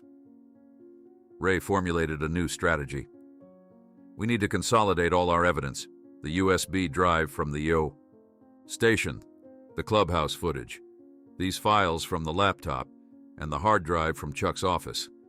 Then get it all to someone with the authority to bring Reeves down." Using the captured radio, Ray implemented a bolder bluff. He transmitted a coded message implying that incriminating evidence had already been sent to journalists as an insurance policy. "To all units, be advised, Package contained dead man's switch. Evidence transmitted to multiple media outlets with instructions to publish if contact not maintained. Recommend immediate stand-down of operation. The radio remained silent for nearly a minute before a different voice, unmistakably Reeves himself, responded. "This is Control. Who is this? Identify yourself immediately." Ray didn't respond, knowing that any further communication would only confirm their location. Instead, he switched off the radio entirely. "That should make him nervous," Ray said with grim satisfaction. "If he believes evidence might already be with journalists, he'll have to reconsider a direct assault." "It won't stop him for long," Jason cautioned. "But it might make him sloppy." The tactical pause gave them precious time to organize their counter-strategy. Jason continued coordinating with his allies in the department, arranging a secure meeting point to receive the USB drive from Martinez. Meanwhile, Ray and Vince contacted Jimmy, verifying the clubhouse footage and arranging to consolidate their evidence. By dawn, their makeshift war room had evolved into a surprisingly effective command center. Maps of the county were spread across the table, escape routes marked in red, potential safe houses circled in blue. The captive mercenaries remained secured in one of the bedrooms, watched over by Vince, while Ray and Jason finalized their plan. "Martinez will meet us here," Jason indicated a point on the map, a nature preserve parking lot 15 miles east. "He'll bring the USB drive from my office and Amanda's statement about the attack on our home. And Jimmy will bring the clubhouse footage to this location." Ray pointed to an abandoned factory on the outskirts of town. "Vince will meet him there, verify the evidence, then join us at the final rendezvous point. Once we have everything, we take it straight to the State Attorney General's office in the capital," Jason concluded. "My commander has arranged for us to meet directly with the Deputy AG, bypassing any local interference." "What about these guys?" Ray nodded toward the room containing their prisoners. "We leave them secured here, then anonymous tip to state police after we're clear," Jason decided. "They're mercenaries, not martyrs. When faced with federal charges, they'll turn on Reeves to save themselves."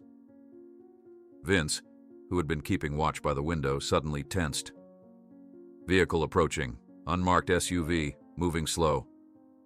Ray peered through the blinds. "Single occupant. Not tactical gear." "Could be a scout," Jason suggested. But Ray had already recognized the driver. "It's Jimmy." Vince opened the door cautiously as the young biker approached, a backpack slung over his shoulder. Jimmy's eyes widened at the sight of Ray standing beside Vince. "Jesus, you really are with the cop," Jimmy said, his expression a mix of disbelief and something else. Respect, perhaps. "Things aren't what they seem, kid," Vince responded. "Chuck was working with Reeves. The whole bust was a setup." Jimmy nodded grimly. "I know. I've seen the footage." He patted the backpack. "Got it all right here. The boys voted, unanimously for once. We want Reeves taken down, whatever it takes." The arrival of an ally from the club was unexpected but welcome. With Jimmy's help, they refined their plan further, adding the clubhouse's resources to their arsenal. The young biker's knowledge of back roads and hidden trails offered new escape routes that weren't on any official maps. As they prepared to move out, dividing into teams for maximum efficiency and minimum risk, Ray caught Jason watching him with a thoughtful expression. "What?" Ray asked. "Just thinking about how strange life is," Jason replied. "A week ago, I'd have considered everyone in your club the enemy. Now we're fighting side by side." Ray nodded. "Guess it takes something like this to show who your real friends are." Outside the restaurant where the meeting with the commissioner was scheduled, Ray observed 3 suspicious cars strategically positioning themselves.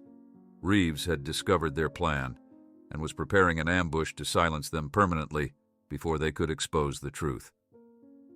Ray ducked behind a parked SUV, his eyes scanning the perimeter of the upscale restaurant where Commissioner Daniels waited inside. What should have been a straightforward meeting had turned into a potential death trap. 3 unmarked vehicles had taken positions around the building. one at the main entrance, another covering the side door, and a third blocking the most obvious escape route. "Reeves has men positioned to intercept us," Ray whispered into his phone, keeping his head low. "They're armed and ready." "How many?" Jason's voice crackled through the speaker. He and Vince were parked a block away, maintaining distance in case things went wrong. "At least 6 that I can see. Professional types, not regular cops." "He's desperate," Jason replied. "The commissioner agreeing to meet us outside official channels has Reeves scared. He can't let us present our evidence." Ray watched as 2 men in dark suits exited one of the vehicles, scanning the area with practiced efficiency. Even in civilian clothes, their military bearing was unmistakable. Mercenaries, like the ones who had attacked the cabin. "We need another way in," Ray decided. "I'm not walking through the front door into an ambush." "My contact inside says there's a service entrance through the kitchen," Jason said. "Martinez is creating a distraction now." As if on cue, the sound of breaking glass and car alarms erupted from the parking lot's far end. Ray watched the security team's heads turn, 2 of them jogging toward the commotion while talking into their radios. "Now's our chance," Ray said. "I'll circle around back. Have Vince bring the evidence through the kitchen." "Be careful," Jason cautioned. "If Reeves is there personally, then he's in for a surprise," Ray said grimly, ending the call. Moving swiftly between vehicles, Ray made his way to the restaurant's rear entrance. A small disturbance was already underway. Martinez had arranged for a delivery truck to block the service door, creating confusion among the kitchen staff who spilled out into the alley arguing with the driver. Ray slipped past the commotion, entering the kitchen unnoticed amid the chaos. The noise and steam provided perfect cover as he navigated through bustling cooks and servers. Through the swinging doors, he glimpsed the dining room, elegant, dimly lit, and half empty at this hour. The commissioner sat alone at a corner table, discreetly checking his watch.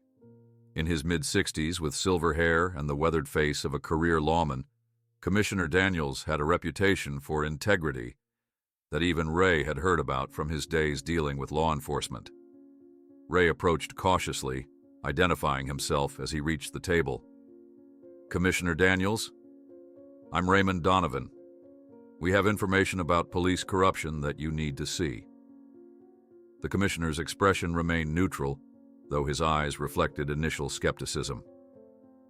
"Mr. Donovan, I was expecting Officer Miller as well. He'll be joining us shortly.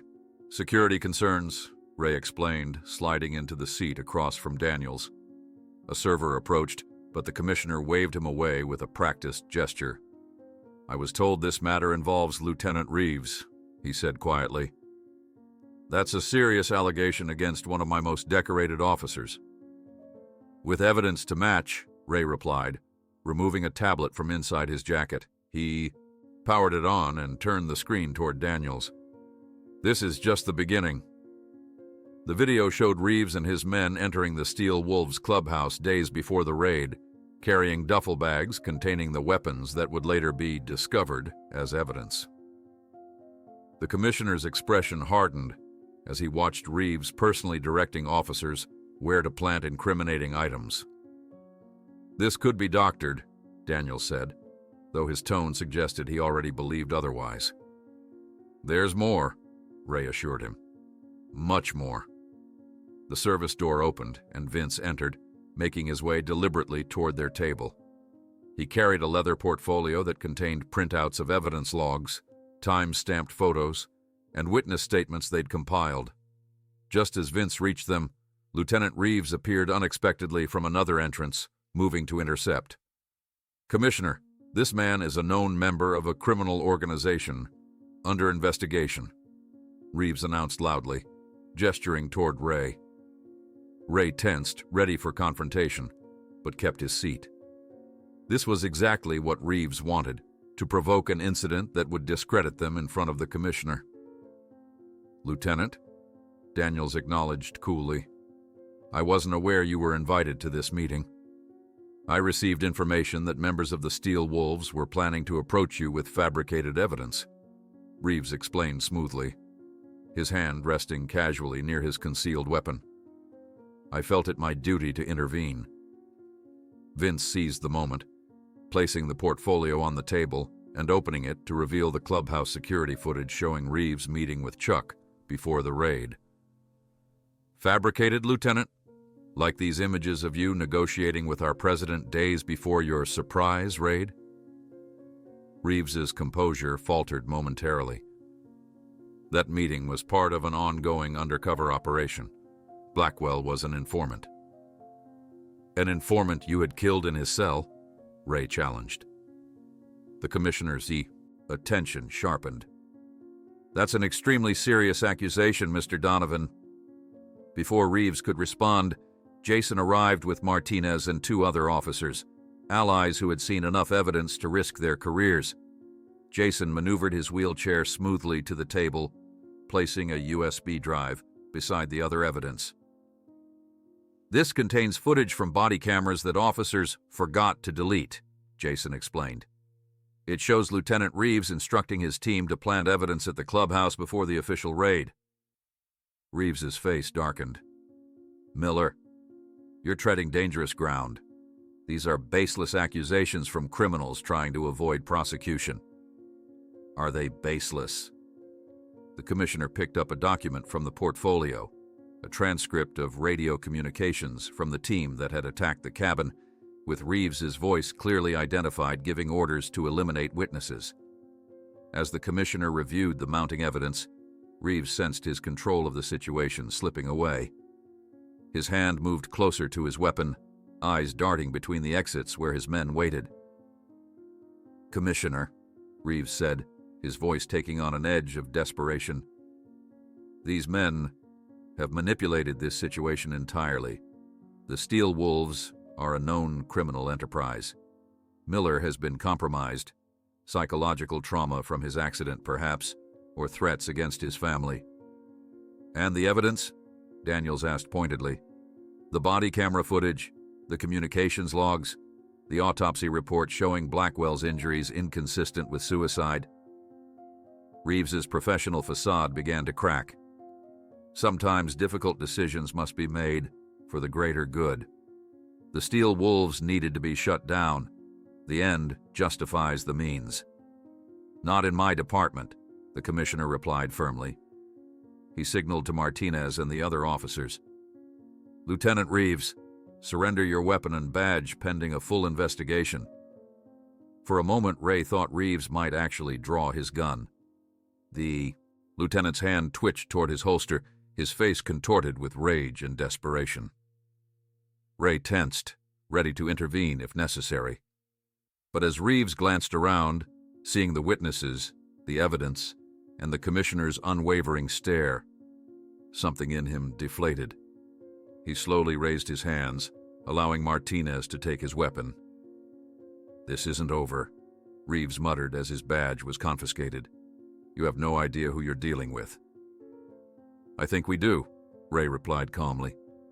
A corrupt cop who thought he was above the law. After Reeves was escorted out, the commissioner turned to Ray, Jason, and Vince with a grim expression. I owe you an apology, gentlemen. This should never have happened under my watch. What happens now? Jason asked. A full internal investigation, for starters. The State Attorney General's office will handle the criminal aspects. No chance of local interference. Daniels gathered the evidence carefully. I'll need formal statements from all of you. What about the other Steel Wolves still in custody? Vince asked. If the evidence confirms what I've seen here, the charges will be reviewed and likely dismissed. The commissioner looked directly at Ray. Though I should mention that this doesn't absolve your club of any legitimate legal issues predating this incident. Ray nodded, understanding the boundaries of what they'd accomplished. Fair enough. As they left the restaurant, Ray felt a weight lifting. Reeves was in custody, the truth was coming to light, and the wrongfully imprisoned wolves would soon be released. But as they reached the parking lot, he spotted Jimmy waiting nervously by their vehicle.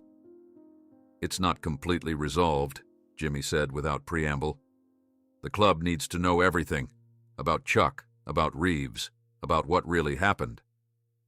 On the drive back to town, Ray contemplated his future. The Steel Wolves had expelled him, cut his patch, the ultimate dishonor. Even with Reeves exposed and the club's name cleared of weapons trafficking charges, Ray's standing remained uncertain. "What will you do now?" Jason asked, sensing Ray's thoughts. "I don't know," Ray admitted. "Can't go back to what was. Not sure what's ahead." "You could start fresh," Jason suggested. "Use your experience to help others. Maybe work with veterans like yourself who are struggling to find their place." Ray didn't respond, but the idea planted itself in his mind. A new purpose, perhaps. A way to honor the code he still believed in, even if the Brotherhood had rejected him. The next day, news of Reeves's arrest dominated local headlines. The commissioner had moved swiftly, suspending several officers pending investigation and personally reviewing the cases against the Steel Wolves members.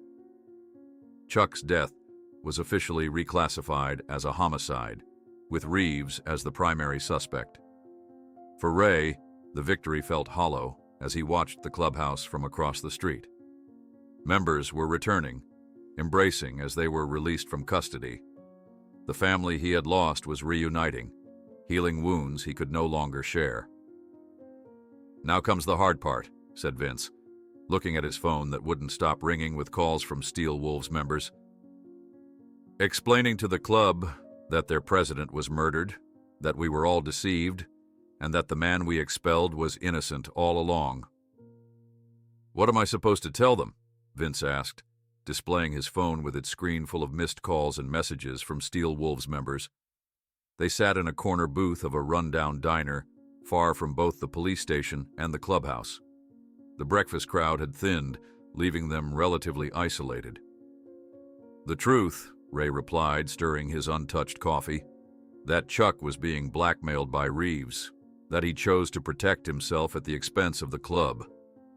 Vince's weathered face showed the weight of the revelation. These boys looked up to Chuck like a father, some of them anyway. Finding out, he betrayed them. He shook his, head. "It could tear the club apart." "They deserve to know," Ray insisted. "About Chuck, about the setup, all of it." "And about you?" Vince asked, his eyes sharp. "That we expelled an innocent man? That we cut the colors of the only wolf who was actually protecting the pack?" Ray looked away.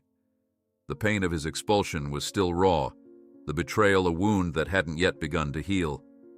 The club had been his anchor, his identity, his family for 8 years. Now he was adrift, nameless. "That part doesn't matter anymore," he said finally. On the diner's television, a news anchor reported on the developing police corruption scandal.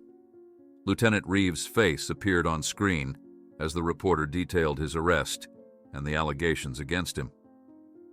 The volume was low, but Ray could make out phrases like evidence tampering and possible homicide charges. "It's all coming out," Vince observed. "The commissioner didn't waste any time cleaning house." Ray's phone buzzed with a text from Jason. "Watching the news? Reeves is talking, trying to cut a deal. Meeting at my place when you're free." The television in Ray's apartment had gathered dust for months, a relic he rarely used. Now it displayed Commissioner Daniels at a press conference, his silver hair catching the camera lights as he addressed the media's questions about the Steel Wolves case. "After reviewing the evidence, I've authorized the release of all detained members pending further investigation," Daniels was saying. "While this doesn't constitute a blanket exoneration, it's clear that significant improprieties occurred during Lieutenant Reeves' operation." Ray clicked off the TV. The vindication felt hollow. His apartment, once merely a place to sleep between club activities, now felt like a prison, clean, restored after the break-in, but empty of purpose or connection. A knock at the door startled him. Few people knew where he lived now. Through the peephole, he saw Amanda Miller, Jason's wife, holding a small box. He opened the door cautiously. "Amanda, is everything all right?" She offered a tired smile. "As all right as can be expected. Jason sent me. He's been caught up in meetings with internal affairs all day. She handed him the box. We thought you might want these back. Inside were Ray's personal items that had been left at the Miller's house during their hasty departure. His watch, a pocket knife, a few other odds and ends. Thank you, Ray said, surprised at the gesture. You could have just had Jason bring them. Actually, Amanda admitted, I wanted to see how you were doing. After everything. Ray hesitated, unused to such concern from someone who had been a stranger just days ago. I'm fine. No, you're not, she said with unexpected directness. But that's okay. None of us are, really. She declined his awkward offer of coffee, explaining she needed to pick up Lily from school, but left him with an invitation. Jason's coordinating a small ceremony at department headquarters tomorrow. Nothing public or flashy, just an official acknowledgement of your help. He'd like you to be there. After she left, Ray examined the contents of the box more carefully. Among his belongings was a folded piece of paper, another drawing from Lily. This one showed Ray standing between two groups of figures. Police officers on one side, bikers on the other, with Ray in the middle, arms outstretched as if keeping peace. The child's perception cut him deeper than he expected. The ceremony was deliberately understated, held in a conference room at police headquarters rather than the public venue Michaels had initially planned. Jason, now walking with canes after intensive physical therapy, presented Ray with an official letter of commendation for both saving his life and helping expose corruption within the department. This isn't about politics or public relations, Jason told the small gathering, which included Commissioner Daniels, Martinez, and a few other officers who had stood with them against Reeves. This is about recognizing that courage and integrity can be found in the most unexpected places. Ray accepted the commendation awkwardly, unused to such formal recognition. The last time he'd received an official acknowledgement had been in the military, medals pinned to his uniform by officers whose faces he could no longer recall. After the brief ceremony, Jason pulled Ray aside. Got a minute? There's something I want to discuss. They walked, Jason moving deliberately with his canes, Ray matching his pace, to a different part of the building. Jason used his keycard to access a secure area, leading Ray to a small office with Veterans Outreach Program stenciled on the door. I coordinate this program part-time, Jason explained, gesturing to the modest space with its desk, filing cabinets, and bulletin board covered with flyers and resources. We help veterans having trouble reintegrating. Job placement, counseling, peer support, that sort of thing. Ray scanned the materials on the wall, information about PTSD, substance abuse treatment, housing assistance. Why are you showing me this? He asked, though he suspected the answer. Because you saved my life twice, Jason replied. First from the accident, then from Reeves. I can never fully repay that debt, but maybe this could be a start. He handed Ray a brochure about the program. We work with a lot of guys like you, ex-military who came back and couldn't find their place. Men and women who served with honor but feel forgotten.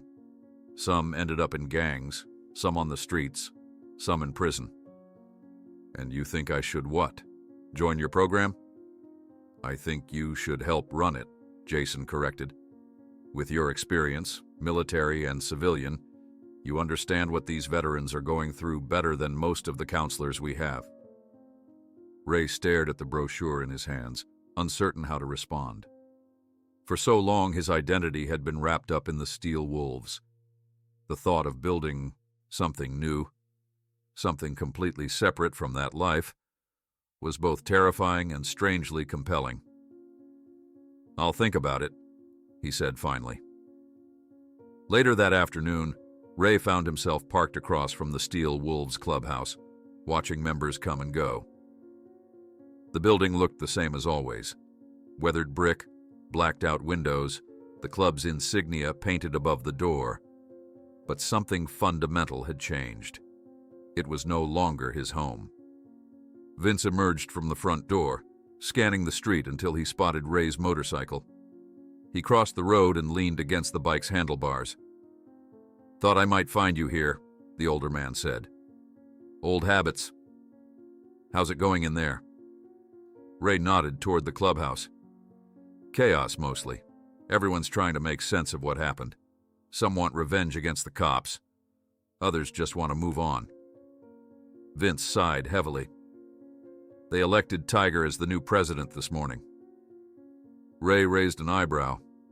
Tiger, whose real name was Marcus Daniels, had been Chuck's right-hand man for years, a hardliner who favored aggressive expansion of club territory. "That's not good." "No," Vince agreed, "but he's got the support. For now, anyway." "And the truth about Chuck?" "I told them everything, showed them the evidence. Some believed it, some didn't want to." Vince pulled out a pack of cigarettes, lit one, and took a long drag. "Few of them were asking about you, though." Ray tensed. "What about me?" "Wondering if they'd made a mistake. Jimmy's been running his mouth, telling anyone who will listen how you were working to clear the club's name even after being expelled." Vince flicked ash onto the pavement. "He thinks they should invite you back." The words hit Ray like a physical blow. A week ago, he would have given anything to hear them. Now, he wasn't so sure. "I don't know if that's possible," he said quietly. "Once colors are cut..." "Yeah, I know the rules." Vince studied him carefully. "But rules have exceptions sometimes, especially when a mistake's been made." Ray glanced at the clubhouse, feeling the pull of what had once been his entire world. "I need time to think." "Take it," Vince advised.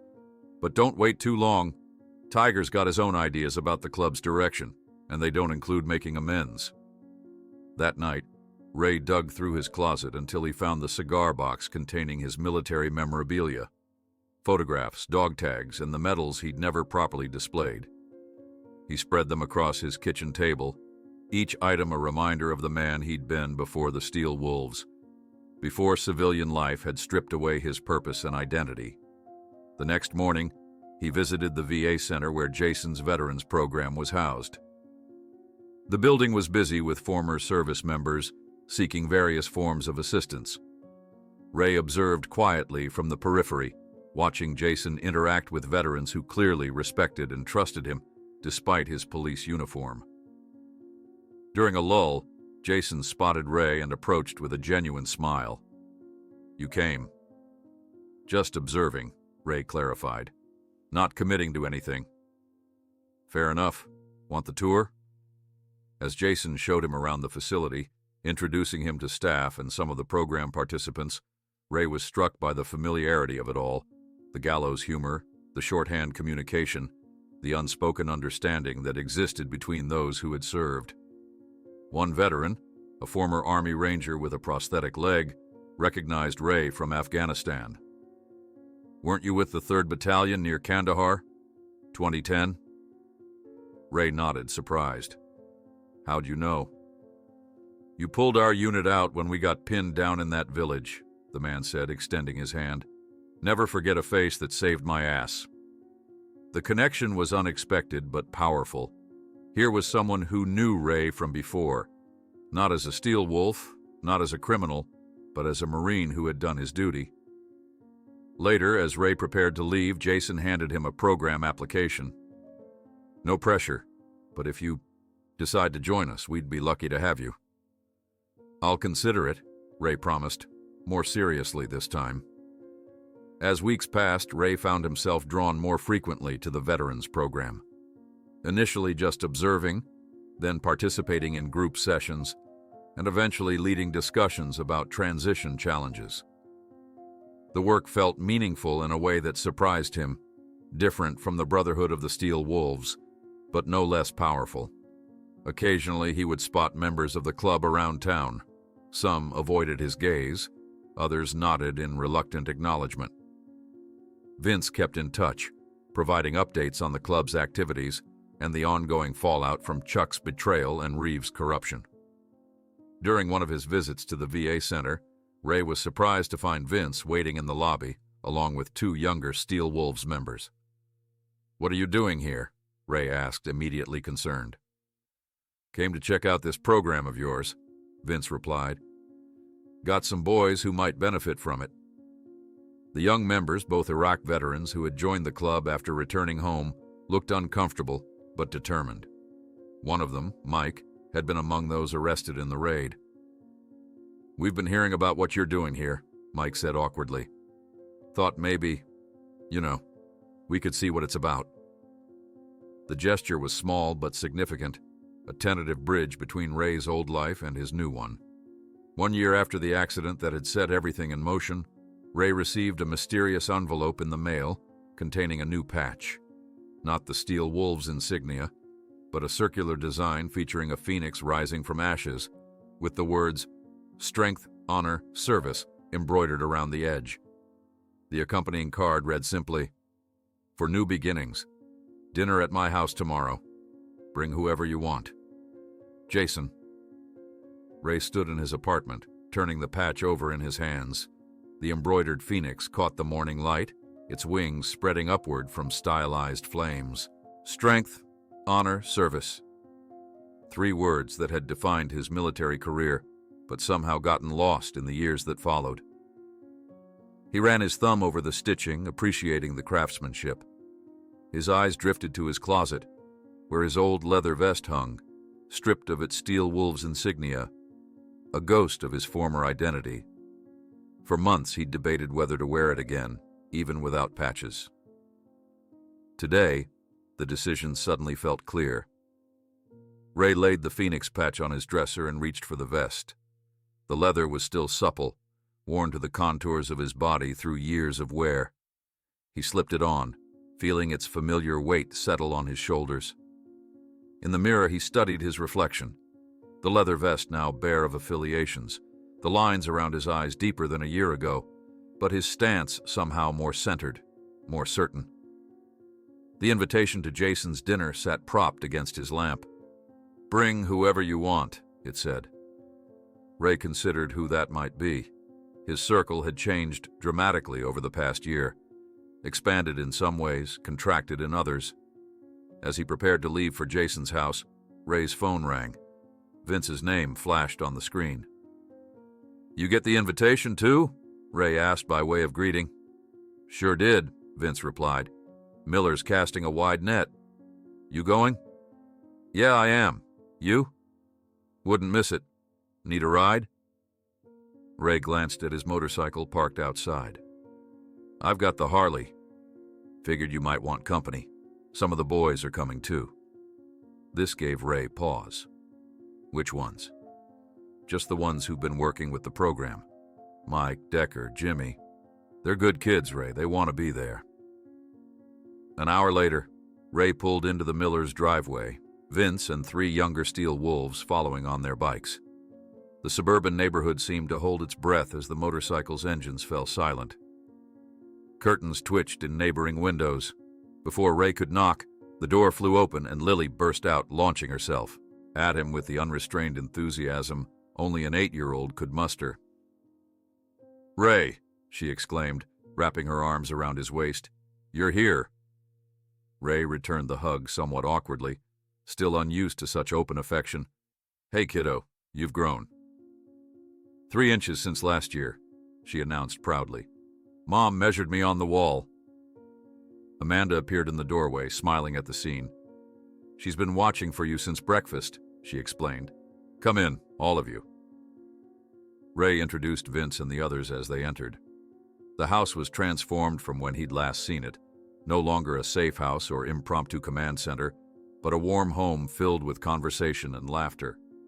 The living room and kitchen were crowded with an unlikely mix of guests, veterans from the program, several police officers who had stood against Reeves, and a few Steel Wolves members who had arrived earlier.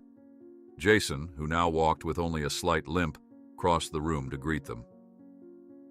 "Glad you could make it," he said, clasping Ray's hand firmly. "Quite the gathering," Ray observed, taking in the diverse crowd. "That's the point," Jason replied. "Breaking bread together. Showing it can be done." Vince moved through the room with surprising ease, exchanging friendly words with officers who, months earlier, might have been arresting him. The younger wolves were more hesitant, clustering together near the kitchen until Martinez engaged them in conversation about motorcycle modifications, a subject that transcended their differences. Ray accepted a beer from Amanda and found himself drawn into a discussion with a VA counselor about expanding the veterans program to include more peer support for those with combat-related PTSD. "Your insights have been invaluable," the counselor told him earnestly. "These men and women relate to you in ways they can't with most of our staff." "I just tell them what I wish someone had told me when I came back," Ray replied. As the evening progressed, Ray noticed Lily moving around the room, proudly showing guests a folder of her artwork. Inevitably, she made her way to Ray. "Look what I made for school," she said, handing him a paper. "It's for our Community Heroes project." The drawing showed a figure in a leather vest standing between two groups, one in police uniforms, the other in motorcycle gear. Above them all, Lily had written in careful letters, "Heroes come in different clothes." "Teacher said I had the most interesting hero," Lily informed him seriously. "Most kids just drew firefighters." Ray handed the drawing back, not trusting himself to speak for a moment. "It's very good," he finally managed. "Mom put my first drawing of you on the refrigerator," she continued, pointing to the kitchen where, sure enough, the crayon illustration of Ray pulling Jason from the burning car was prominently displayed. Amanda, noticing Ray's gaze, joined them. "It's her favorite story," she explained. "How her dad was saved by a man everyone thought was bad, but who turned out to be good all along." "Not that simple," Ray murmured. "It is to her," Amanda said quietly, "and maybe there's wisdom in that simplicity." Dinner was served buffet style, with guests scattered throughout the house in comfortable groups. Ray found himself seated with Vince and two officers who had been part of Martinez's team during the confrontation with Reeves. "How's the transition to captain treating you?" Vince asked Martinez, who had been promoted after Reeves's downfall. "More paperwork, less excitement," Martinez replied with a grin. "But I sleep better at night." "The department's changed," added the other officer, Jenkins. "Commissioner Daniels has been serious about rebuilding trust, community engagement, transparency, the works." "And the Steel Wolves?" Ray asked. "How are things between the club and the department now?" Jenkins exchanged glances with Martinez. "Professional," he answered diplomatically. "We enforce the law, but the vindictive targeting is over. Tiger seems to understand the boundaries." Vince nodded. "He's learning. Still rough around the edges, but he's keeping the club clean, mostly." The conversation flowed easily, touching on the veterans program, the ongoing reforms within the police department, and the gradual healing of community wounds opened by Reeves' corruption. As the meal wound down, Jason tapped his glass for attention. The room quieted, all eyes turning to their host. "I want to thank everyone for coming tonight," Jason began. "A year ago, most of us in this room wouldn't have spoken to each other except through lawyers. Some of us might not have even survived." His eyes found Ray's across the room. "But here we are, breaking bread together, proving that labels and uniforms don't define who we truly are." He raised his glass. "To the barriers that fall when we allow ourselves to see beyond labels, to second chances and new beginnings." The toast was echoed around the room, glasses raised in a moment of genuine unity. After dinner, as conversations formed and reformed throughout the house, Jason drew Ray aside onto the back porch. The evening air was cool, stars visible above the suburban landscape. "I have something for you," Jason said, handing Ray a small package wrapped in simple brown paper. Ray unwrapped it carefully. Inside lay 3 military medals in a display case. The decorations he'd earned in Afghanistan, but had never received formally. Alongside them was the Phoenix patch he'd received in the mail. "Your medals from Afghanistan," Jason explained. I pulled some strings to recover them. You deserve to be recognized for who you really are, Ray. Ray stared at the medals, his fingers tracing the ribbons. How did you get these? Let's just say I know people who know people, Jason replied with a small smile. It took some doing to track down the records and get proper replacements issued. I don't know what to say, Ray admitted, genuinely moved by the gesture. You don't need to say anything. Just know that these aren't just about who you were. They're about who you are. Jason gestured to the Phoenix patch. It doesn't replace what you lost, but maybe it's the beginning of something new, something you've built yourself. Ray nodded, understanding the significance. The Steel Wolves had given him identity when he needed it most, but it had been borrowed, conditional. This new path was his own creation. As the gathering began to wind down, Ray said his goodbyes, accepting Amanda's warm hug and Lily's insistence that he visit again soon. Outside, Vince and the younger wolves waited by their motorcycles. Good night, Vince observed. Felt strange at first, sitting with cops instead of running from them, but good strange. Times change, Ray replied, securing his package in his saddlebag. You gonna wear that new patch? Mike asked, nodding toward Ray's vest. Ray considered the question. Yeah, I think I am. The next morning, Ray stood before a group of newly arrived veterans at the program. These men and women, fresh from deployments, still adjusting to civilian life, watched him with the guarded wariness of soldiers assessing a new environment. My name is Ray Donovan, he began. Former Marine, 3 tours in Afghanistan. When I came home, I lost my way. Couldn't figure out who I was supposed to be without the uniform, without the mission. He paced slowly, making eye contact with each person in the room. I found a substitute family, a substitute purpose. For a while it worked, until it didn't. A young former soldier raised his hand. How did you do it? How did you overcome everything and still find a purpose? Ray smiled slightly, thinking of all the twists and turns that had brought him to this moment. Saving a police officer, losing his club, finding unexpected allies, building something new from the ashes of his former life. Sometimes, he responded, you need to lose everything to discover who you really are. As the group dispersed after the session, Ray noticed 2 men observing him from the parking lot, one wearing a police uniform, the other with a discreet motorcycle club patch. Barriers continued to fall, one person at a time,